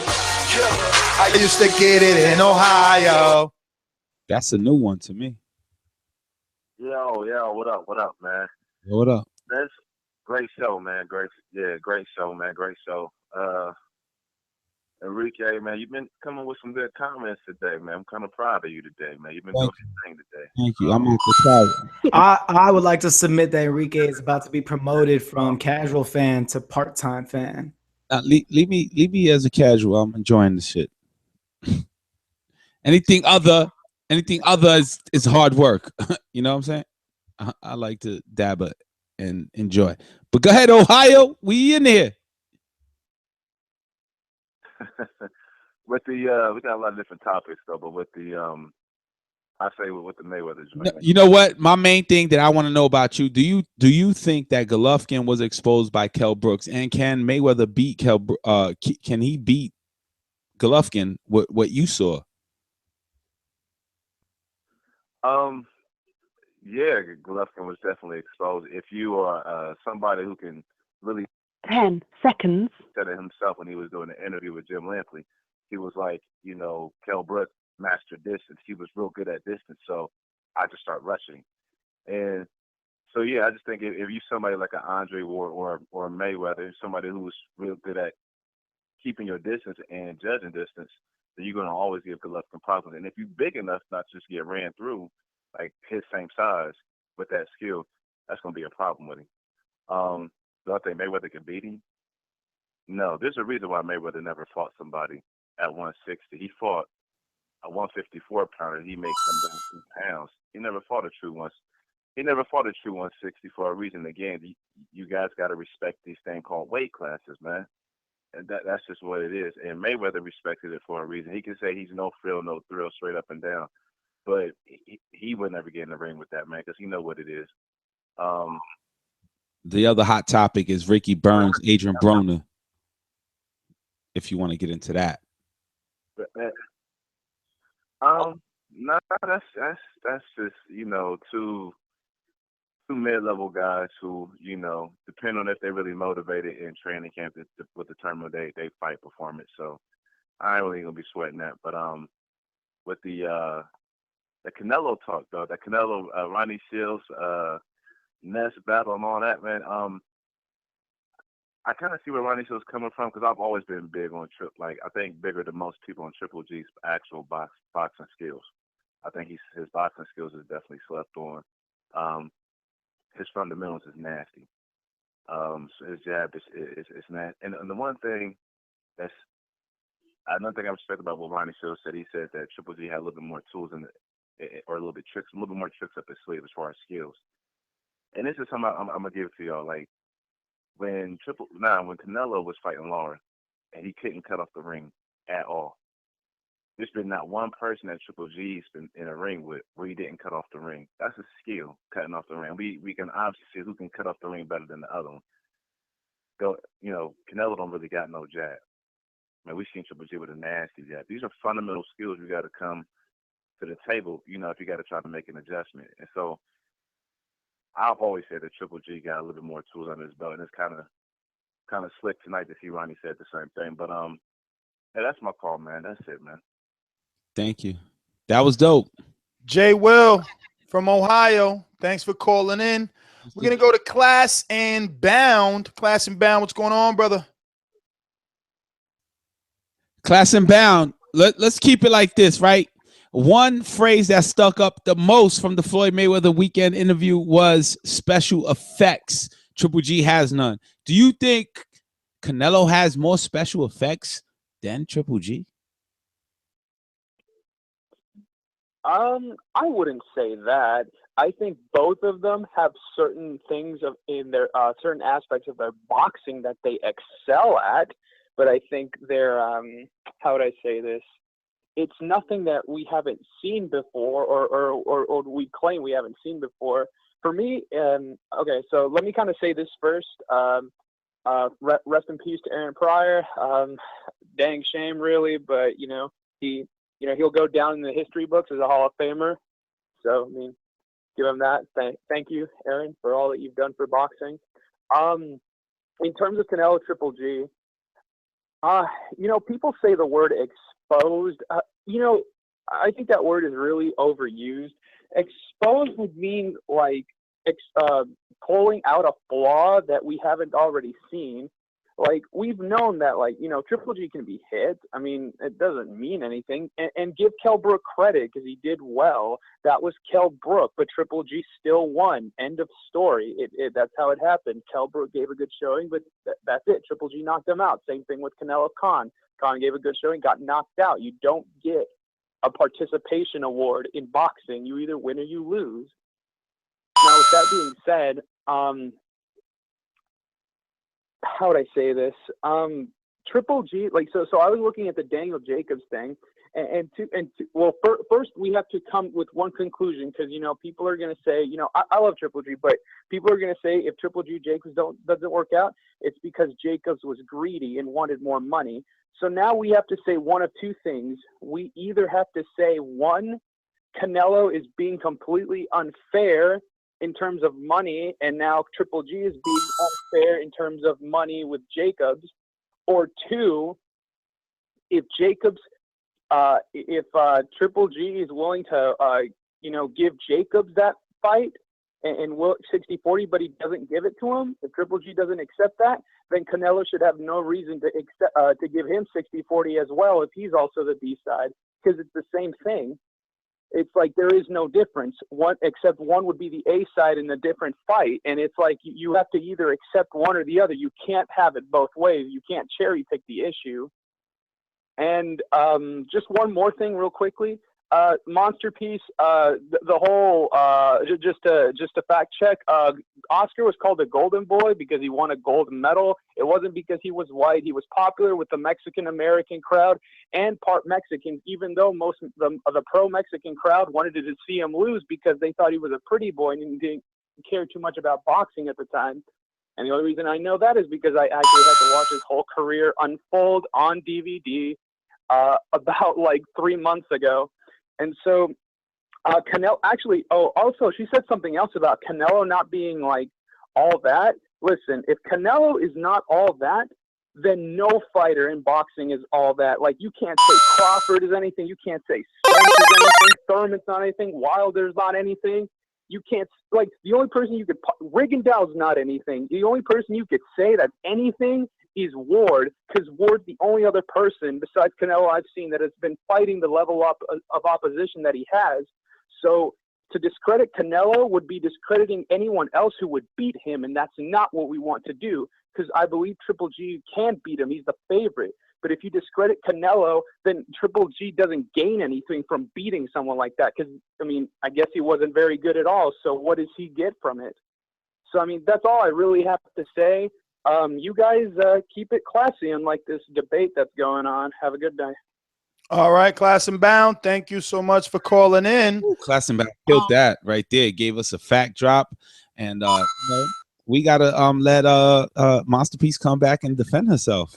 So. Hey Nes, I was gonna bring this up when MD came back, but I'm not sure when he's coming back. So I looked up Canelo's pay-per-view numbers. You ready for this? You ready? I'm ready. You don't. All right. Okay. Only I'm here.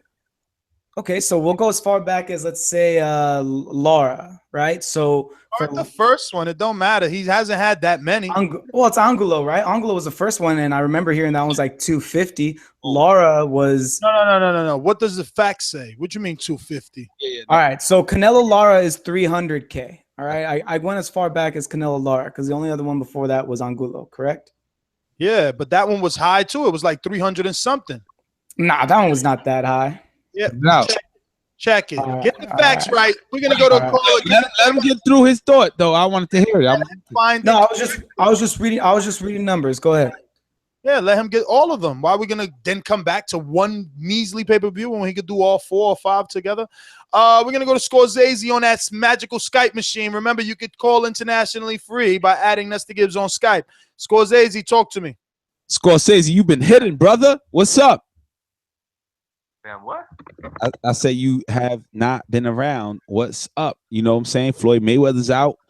We got Ricky Burns out. And we got my bad.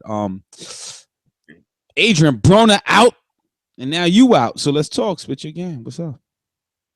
Yeah, I called last week. Skype went up or something. Ricky Burns won that fight Friday. He won round 3 through 9, and he didn't get knocked down in the 12th. MD, man, I don't know why he having these little temper tantrums on every situation, man. Burns, the knockdown it's like when MD talk, that shit factual. Like he just talk like it's a fact. It can't be refuted. There's no way around it. Like this dude got cuffed by his whole neck when he got hit with 3 shots. He stood straight up. He came forward and the dude whiplashed him around the neck with his forearm, all that shit. Like then with the Golovkin talk, like why don't nobody want this man to be the beast? See, the thing is, they always wanted to be fucking Floyd Mayweather fans. That's all it ever was. Everybody wanted to like Floyd, but it was just it was so popular not to be able to. So now it's like we don't want our guy to be the undisputed champion no more. We want him to be the A side. We want him to be the big star. We want him to be the big popular man like our guy.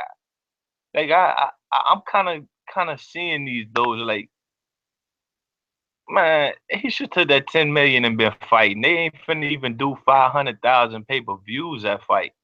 They ain't even finna do that many. Am I wrong? Yeah, you're wrong. I think that fight will do like 500,000, 450. That'll be Canelo's biggest pay-per-view. No, Canelo already done that. Canelo and Cotto did 800,000. Canelo Cotto though. Without Cotto, take Cotto out of the equation. Canelo is 300,000 guy. No, you guys can't keep doing this. That's the point that we're trying to make. Canelo is the star. That's why he fought Cotto. That's why he fought Mayweather. You can't say take those out. It ain't fair. No, what's not fair is Triple G ain't important enough to fight those names, and you can't discredit Canelo. Those numbers count. He did that. 2.5. G, like this boy been a pay-per-view over 2 million people watch. 2 million. Scorsese, what's Triple G? You talking like you can't be his B-side? Like you can't box no more then. You can't get my viewership no more. And Danny Jacobs ain't no good opponent for you because he been running from you for 2 years. He's still running. And you still sitting in the same division. Man, Triple G just keep flunking the 4th grade, getting held back as far as I'm concerned, man. His career gonna end the way it started, just with 3 meaningless belts, man. What's the point in having beautiful belts if you always wear your shirt tail tucked out, man? He always tucking his damn shirt tail out, pulling it out. Nobody's interested no more. It's just something fun to talk about, to tell people not to be like him. Everybody has challenged themselves. This dude fighting welterweights, man. Nes, you done killed 2 Hall of Famers in a month, man. What is it, 2 months? You know why? Because they are subscribed to the notion that Triple G deserves when all other greats see that they don't deserve and they make their opportunity. And I ain't gonna front. Triple G tried that with the WBC, but Canelo was smarter. He vacated it. You can't vacate a belt you never owned. 155-pound titles don't exist. Nah, bro. Come on, you reaching now. You reaching. He had that belt. He had that belt. You reaching. Nah, that's fairyland belt. Fairyland. You living in a fairy tale land trying to fucking make that type of excuse. Get out of here. I'm jumping off this. I'm not on that train with you. That's all I'm saying. Hold on. I got 2 little quick points. That one little saying about that belt like the little fountain of youth. That shit don't exist. 155 pounds. They knew that he wasn't fighting that no more. But yeah, you know that letter Eubank wrote to them British people, the boy out of control, talking about he too dangerous and shit. Y'all heard of that? No. Ain't nobody paying attention to Chris. See, this is the problem with y'all. Y'all watching a dude that ain't fighting nobody. He ain't fighting nobody. He looked good in training, so everybody give him credit for looking good in training. Man, I'm tired of this dude. Hold on. I'm not giving him no big ups. I'm making a point. Him and his pops wrote like a European title note saying like we too dangerous for everybody after he damn near killed the dude and they vacated the belt. So Ness, on your behalf, I'm gonna be writing a letter to these Hall of Famers saying, look, man, that's a little too dangerous for y'all. So he vacating his argument shit because he kicked y'all ass. And it's just that on that. We gonna take that path. That's cool. Nah, man, I ain't kicking nobody ass. We trying to get them back. You too dangerous for them. We got to vacate that belt, man. You can't be putting these Hall of Famers in comas and shit. Whatever. You got me with a big ass head over here and a smile, but listen. That's my call, man. All right, Scorsese. I appreciate that, Scorsese. Yeah. Yo, I got the numbers. You ready? Yeah. What's the source, first of all? Because I heard you show. Yeah, we're gonna have to have an all-day talk. We got bad left hook. Bad left hook. I got bad left hook. Okay. For all of them. All right. Okay, so we'll start back with the Floyd Mayweather one. Obviously, is being reported as 2.4 million. You can't be. And then we have after that the Alfredo Angulo, which is sourced at 350,000. Boom. Let's keep looking right. Arizlandi Lara, 250. Keep going. Nah, that's a mistake. 250 to 300. So under 300 though, but it was under 300. No. You said 250 to 300. So we're gonna go with the 300 because I heard 345. I don't know where you getting that, but that's okay. I mean, you said you bad that for okay. Right. So Cotto's at the 900,000. That's right. And Liam Smith, what they got for Liam? Liam Smith is the 290 to 310 range. Look at that. So he's averaging 300 with mediocre names, and he's showing that Amir Khan was just under 600. So you're right. So listen. Why are you throwing mediocre names? Like you said, Floyd Mayweather. Not mediocre names. Mediocre. No. Enrique, you want to talk so fast, you're not listening. You said it. Obviously, Floyd ain't mediocre. That's why they did 2.4. Like, for you to even put his name in that sentence is because you're not listening. Cotto did 900. I'm talking about the other names, Laura, Angulo, Liam. And the notion that people are saying after he vacated, he's less popular, but yet Liam is known less than Laura and less than Angulo, and still Canelo did his average versus that level of fighter. You understand what I'm saying? So the boy has lost no steam at all. That being said, you guys got anything on that? Because we could go to a call. I'm just saying, it takes two to tangle. That's why we got the big number with Floyd, the 900,000 with Cotto, the Angulo number drop, the Liam number drop, and the Lara number drop. So let's not say, all right, so he's averaged 300,000. What is... this is the casual in you, but this is why I want you on the show. Listen to me. What is Triple G's number? What Lemieux? Say it. 97 to 150. Yeah, it's supposed to be around 100,000. All right, so what's his number on HBO? What's his number? 1 million. 1 million. That's a lot of number. Viewers. So now him versus Canelo. Don't you think it's 5, 6, 7? No.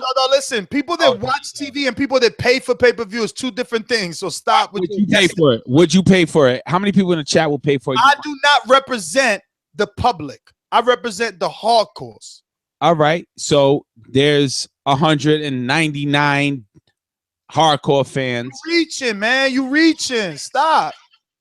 You reaching. I believe that Triple G will bring the number higher than of course he would. We're not denying that. He would make it almost equal to Cotto fight. No, now you're just guessing. You're not saying it would be 900,000? Listen to me.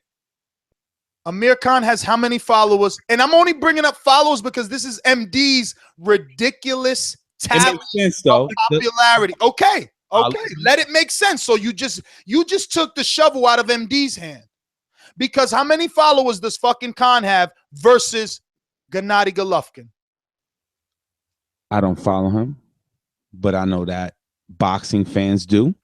And I know that Triple G versus Canelo will be promoted properly. Bams, why are you ignoring the question? We prolonging this with callers on the line. Who has more followers? Be fucking clear. Let's do this. Canelo, obviously. We ain't even talking Canelo. What's wrong with you? Khan and Golovkin, man. Khan. Okay.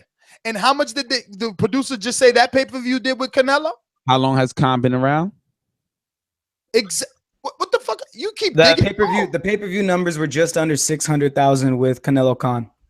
You digging a hole, man. All I'm showing you is the popularity of Khan only got them to 500, 600,000.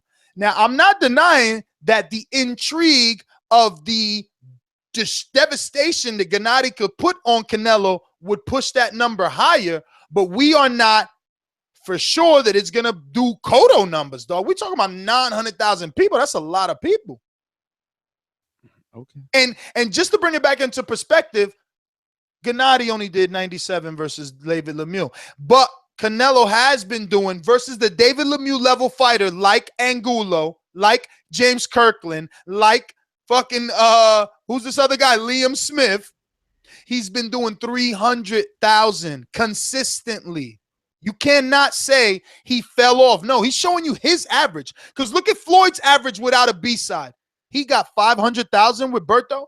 Put things into perspective when talking, man. Listen, I'm going to do my research this whole entire week. And when Thursday comes, I'm going to have exactly the reason why Gennady Golovkin is worth more than $10 million. And why Gennady Golovkin is a threat to Canelo. Brother, but you wasting your time doing research because everyone on this panel and that listens to the show agrees that he's a threat. Everyone here agrees. Number. What was your other thing? He's a threat and what? Why he's worth more than $10 million. We agree. We agree that the first offer was bad, but that's what negotiations are. Come on, get out of here. Let's go to Hurricane Ray. Hurricane Ray, talk to us. It's Hurricane Matthew season. Stop it. Yo, what's good, man? Yo, first of all, rest in peace to Aaron Pryor. And man, I just want to get on this topic, man. This is hot. This is a hot topic right now, man. And basically, what I want to say is, man, Canelo got problems at 154. He got Andrade coming up with a WBO. He's his mandatory contender right now. Nes, what's Canelo gonna do? He's gonna vacate the belt. He's gonna go fight Lara. He's gonna fight Charlo. Who's he gonna fight? Answer that question for me. They're gonna negotiate a big fight. That's what they'll do. Like again, I don't think they'll fight Andrade, but we didn't think he would fight Trout, and he did, and he beat him. We didn't think he would fight Laura, and he did, and he beat him. So what? He's gonna vacate the belt? No, I just told you he might fight him. He might fight him. He's fought in tough fights that we didn't think he would take. He took the Laura fight. He took the Trout fight. He might fight Triple G. He might not. We need to put it in perspective. Canelo needs to be pressured to fight the fights that he needs to fight. Right now, yeah, he doesn't need to fight Triple G because he's at 154, and I understand completely what you're saying, my brother. I really do. Now, Triple G. This is prize fighting. Triple G holds all the belts. He demands more than $10 million because he holds all the belts. Canelo doesn't have any belt at 160. He vacated the belt, and now he wants to pay Triple G $10 million for all three belts, possibly for him to win. First of all, I don't see how De La Hoya could take that to the table and throw bones at Triple G. Like, come on, man. This is a world-class fighter. De La Hoya wouldn't take that money. He wouldn't take that because he knows that this man poses a huge threat, and his cash cow could be taken out. Now, once again, I make my point, and I understand completely what you're saying, Nes. Triple G doesn't have anybody else to fight, and he should move up if Canelo doesn't take the fight and negotiations don't move forward. But there is still Billy Joe Saunders, which he has mentioned he wants to unify and be the undisputed champ. So you got to give him that opportunity, Nes. You got to give him the opportunity to become the undisputed lineal champ at that weight class. Hey, after that, if Billy Joe Saunders ducks him and he doesn't want to fight, then he moves on. Billy Joe already ducked him. Billy Joe already ducked him. These guys want $4 million to fight Golovkin. They scared of Golovkin, man. They scared. So Golovkin has to realize that and move on, or he can keep doing what Canelo is doing, making fights that only make sense financially. I agree. I agree. Fine. If he wants to make fights that make financial, it's okay. But he's at 154. There's massive problems for him. There's no excuse. There's nowhere to run. He's gonna fight the little Charlo, or he's gonna fight the tall Charlo. Who's he gonna fight? Nes? You keep making excuses for Canelo. I'm not making excuses. I'm not making excuses. Let me ask you something. What fight is more competitive? What fight is more competitive on paper? Canelo versus either Charlo or Golovkin versus Brook.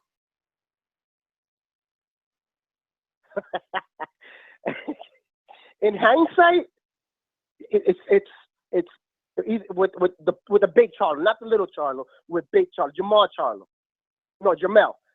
Charlo is more competitive. I agree, but that's a risk for Canelo to take. Now, I wanted to make my point with the pay-per-view numbers. Kell Brook and Triple G made over 600,000 pay-per-views in Sky Sports. So you can't. Once again, man, Canelo makes good. He does his good numbers, but man, he ain't gonna make this type of money if Triple G doesn't fight him. He ain't gonna make over $50, $60 million. So Triple G does hold something. He ain't making no 50. Oh. Hurricane Ray, you letting that hurricane spin you in circles. Ain't no way. Either man, listen. Let's just strike that from the record. You talking 50. Yo, you said 50 and 60 million. That's absurd. All right, man. Maybe it's not 50 or 60 million dollars. All right, man. Maybe I jumped off the ledge. But it's definitely gonna be Canelo's biggest payday ever. Yo, fams. Canelo already got 2 quote-unquote biggest paydays ever. Canelo's already rich. All of the listeners of this show could die and still be money left over from Canelo. So it's Triple G. It's Triple G that needs that life-changing show. So is it a business? So hold up. Wait a minute, Nes.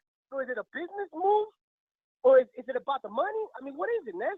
It's both business and money. In the case of the game, in the case of Canelo, hey Ray, you gotta be smarter than this. In the case of Canelo, it's obviously a business move. It's obvious. I mean, that's the shit, Ness. You saying, yo, you gotta be smarter than this, but Ray, you gotta be smarter than this, but you can't be fooled by it. Come on, you know it's money. You don't want to get beat up by Triple G. But the fans want to see you beat Triple G up, and you can't do it. So you saying, I want more money and a lot of money, and I'm offering him this much money. So yeah, it's a business move. At the end of the day, don't be fooled by it. And look, it is a strategic duck, right? It's like, yo, we ain't fighting this dude. I'm okay with that, man. I'm okay with that, Ness. But just stay in your lane. Don't keep calling out Triple G.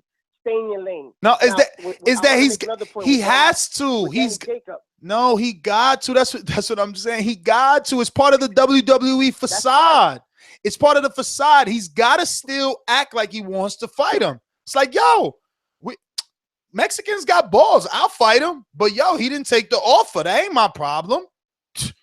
End the story. We moving on. Hurricane, you think Triple G can beat? One day his mouth gonna catch up with him, man, and he's gonna be face to fight Triple G. And I don't see how Canelo beats Triple G. Yeah, you know what he does? He has some good hands. He has some power, but man, Triple G's on another level. Once Triple G brings that pressure to Canelo, how is he gonna handle that pressure? He's never been hit by the power of a Triple G. He's never been hit in the face like that. That's never. exactly Name one fighter. Kurt Franklin. Kirk Franklin is Kirkland. James Kirkland. He said, Kirk Franklin, ain't that like a gospel singer? Gospel singer. Hey, Hurricane, off the bat, right? We got black and red. Who you gonna pick, Canelo or Triple G? Triple G. No, let him pick, man. Triple G. I gotta go with him, man. I mean, I'm not. Look, I like Canelo too. I like I like what he does. But, man, when he started coming out the mouth is when I was like, man, you need to fight this man if you're going to stop popping off like that, man. I'm from the street, you know, but then again, you know, this is business. I understand. Now, I want to move on and make another point. Danny Jacobs, man, he's a paper champion, bro. The WBA wants to do away with that belt. He doesn't want to make concessions to fight Triple G. Now, on the other end, this is Danny Jacobs' biggest payday, possibly, correct? Now, he's going to vacate the belt, like you said, Nes. Then Triple G's going to hold on to the WBA. Then he's going to try to make that fight with Billy Joe Saunders, if not possibly Lara, which, you know, I don't really want to see that fight because man, then everybody's gonna be saying that he picked up another 154 to come up and weight and he's just fighting little midgets. Man, I don't want to hear that no more, man. I want to hear that this man is fighting the best opposition, that he's trying to be the best that he can and try to be the undisputed champ, lineal, everything. That he just wants to be the best fighter. And you know what? That hurts his legacy, man, because he's just trying to be the best he can be, but he does need to move up eventually. And he's 35 years old, so I don't see him moving up anytime soon. And if he doesn't, what's up his legacy, Nes? So that's Canelo's fault? You listen to what you just said. He's 35, and I don't see him moving up anytime soon. So that's Canelo's fault. No, I'm talking about Triple G. I'm not talking about Canelo no more, man. Yeah, no, I'm talking about Triple G too. I'm talking about Triple G too. If he doesn't move up, then what's of his legacy? He don't got no legacy. He don't got none because fighters create legacy. You don't sit around waiting for somebody to give you a fucking shot. Hey, he got to go up and fight, right, Nes? Didn't Floyd go up and fight? Didn't Pacquiao go up and fight? Who does Triple G go up to fight, Nes? Dog, there's plenty of divisions. He could go to fucking heavyweight if he want. That's too big, bro. He'll get beat up. Canelo needs to create his legacy. If he doesn't, it's just like this was a thorn in Floyd Mayweather's Pacquiao. Yo, fam.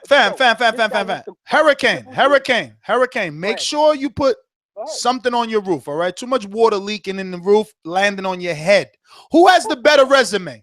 Who's got the better resume? What you talking about? Legacy. Canelo is building legacy. He's a fucking fighter that doesn't have an amateur background and has accomplished everything that he's done already. He is legacy. He is the face of boxing. That's why the guy that you're sitting here defending, you're fighting for him because you want the face of boxing to give your guy a shot so your guy could get some shine. Canelo is in charge, man. You're talking about A and B. A and B. A and B. We're talking about existence. Wait, Hurricane. Existence. That could easily change. That could easily change How? when the fight is made. How? Nes? How could it change? Triple G beats Canelo. He got to make the fight. He got to get the fight first. But I'm just saying, that's what I just said, that could easily change. For me, Canelo's a sort of a protective fighter, my brother. Let me tell you something. For these weirdos in the chat talking about 20 defenses, did Bernard make history? And don't get me wrong, all right? Let's not be literal with when we're listening to Nestor's words. Obviously, he made history with his 20 consecutive. I understand that, but obviously Bernard made history with his 20 consecutive defenses. That's a given. But would he have been remembered today if that's all that he did? Did the man not move up to 175 and challenge himself on multiple occasions? And after that, did he not then fucking try to unify the light heavyweight division? We're talking about a dude that was at 160. How old is Bernard? 40? Is it 40? Because Triple G is 40, 35, right? I thought Bernard was like... Bernard's close. Bernard is 51 years old. Bernard Hopkins 51 years old. 50. Well, there you go. Triple G still got time. He just going to have to be like Bernard. No. Listen. Yo, Bernard is an alien, man. He's a beast. He's a 50 years old fighter. Ain't nothing like Bernard Hopkins, man. He's a legend, man. So, man, just that was my call, man. I appreciate the time. Thank you once again for giving us the hot topics, and that's about it, man. Thank you, Nes. All right, Hurricane Ray. Thanks for calling in, brother. Yeah, man. I don't know. Look, Triple G is going to make history, obviously, with the defenses. You know, that's a given. Like, he's going to eventually break Hopkins' record if he hasn't done it already, and that would be his crack into the history books, right? But at the end of the day, the other great fighters moved up, man. They challenged themselves. Like, whatever. It may happen later in Triple G's career, but we can't blame his lack of accolades on Canelo Alvarez. Like, Canelo is 26 years old. I mean, I just don't understand people. Like, if he isn't ready to move to 160, why are we rushing him? Danny's 27. He's at 147. He ain't at 154. Like, why are we rushing Canelo? Just because we want a fight. The man isn't ready. We wanted Floyd to fight everybody, and he said no. He fought who he wanted when he wanted and still proved that he was great. Like, you guys need to fucking get it together, man. Yo, Nes, but they also like demanded a high, like big money fights, dude. Like, who's at 154 for Danny to fight? That's a big money fight other than Canelo. Danny, which one? Jacobs? Garcia. Because he's at 147. The 147, like the argument that they're both around the same age, but no one's pressing Canelo. Danny to move up. Canelo, Yeah. that's what I'm saying. All roads. That's what these guys don't want to. All roads lead to Canelo. Like, Danny's at 147. If Canelo says, man, I'm going to fight another fucking welterweight. Matter of fact, I'm going to fight a Puerto Rican welterweight. Matter of fact, I'm going to fight a WBC undefeated Puerto Rican welterweight. It will sell, man. It's Canelo. You guys don't fucking get it. Triple G just proved he can't do that. Other fighters can't do that. Mayweather took 135-pounder, said, I'm going to come back after 18 months and I'll fight 135-pounder. But strategically, he did this move. He pulled the pound-for-pound fighter, the guy that eventually knocked out Pacquiao, the guy that's a first ballot Hall of Famer. I mean, it's not the same. You can't say that's Khan. Marquez wasn't Khan, and he wasn't fucking Brook. Marquez is proven. Yo. So by next year, you're not expecting a high pay-per-view count for this fight then? Because if the fight's gonna happen, it's gonna happen next year, and you're not expecting it to be over 600,000. You don't think Gennady could blow up and yeah, you don't think Golovkin can build up more reputation this year? No, if this fight happens in September 2017, the way that Oscar is planning, yeah, because that's what they're building up to, because there's going to be in between fights for both guys to go on their separate paths and meet in the future. Build up the names. One guy is only doing 300,000, which in Enrique's eyes is considered low. The other guy is doing 100,000, and we want a fucking super fight. We're gonna get a fucking 400,000 pay-per-view, maybe 600,000 pay-per-view. No, don't do that. Don't do that. It doesn't work like that. You don't just add their numbers together. When they come together, sometimes it makes for something better. You know what I mean? Absolutely. You don't just add the contents of baking soda and vinegar. Now you throw shit together, shit explodes. You can't put a cap on it. I agree with you. That's why Canelo Cotto was high numbers. That's why Mayweather Canelo was high numbers. And yes, Golovkin Canelo has that possibility. Hey, I want to say something. That possibility is true. It's not a possibility. It's like he said, vinegar and baking soda, boom, explosion. You're talking fight. We talking finances. I'm talking fight and finances. You just dropped. Oh, I want to fight a Puerto Rican undisputed WBC champion. I'm gonna fight Danny Garcia. What is? I brought up that. That's because I brought up. But in all fairness, before the weirdo. But what is the number going to be at that point? That's a high number. That's a high number because Danny Garcia is already pulling high numbers by himself against pay-per-view. No, not pay-per-view. Got no pay-per-view. Triple G is bringing high numbers on no pay-per-view. Yeah, that doesn't count. That's what I'm saying. He's got no pay-per-view history to prove that. So that's what I'm saying. It's all guesstimations. Right. So the man with the better publicist, the man with the better promotion, the man with the better commercial, with the better handlers, of course, is the A side. That's Canelo. He got the riches around him. They manufactured Canelo, and that's the point that people are saying. Oh, manufactured, man, shoot yourself. Oh, shoot yourself, you Bobby ass dancer. Laura, what the fuck is that?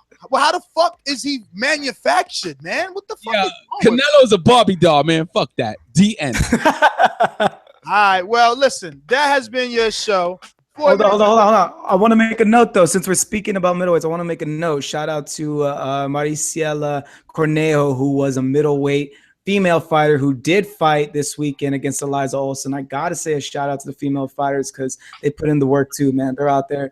They're throwing punches. They're throwing leather. They're mixing it up. And it was a fight worth watching. I was completely satisfied throughout that event. You dating one of them? My girl used to be a fighter, so I got to throw a shout out. Oh, okay. There you go. I dating female fighters. Why do you think I stopped, man? They started slapping me around. I was like, if I can't hang it with them, man. No, I'm just kidding. Yo, I want to do a little quick 10 count for my man Aaron Pryor, and yeah. So we want to shout out everybody that listened to the show, and at the same time, we want to take a few seconds, moment of silence for the passing of Aaron Pryor.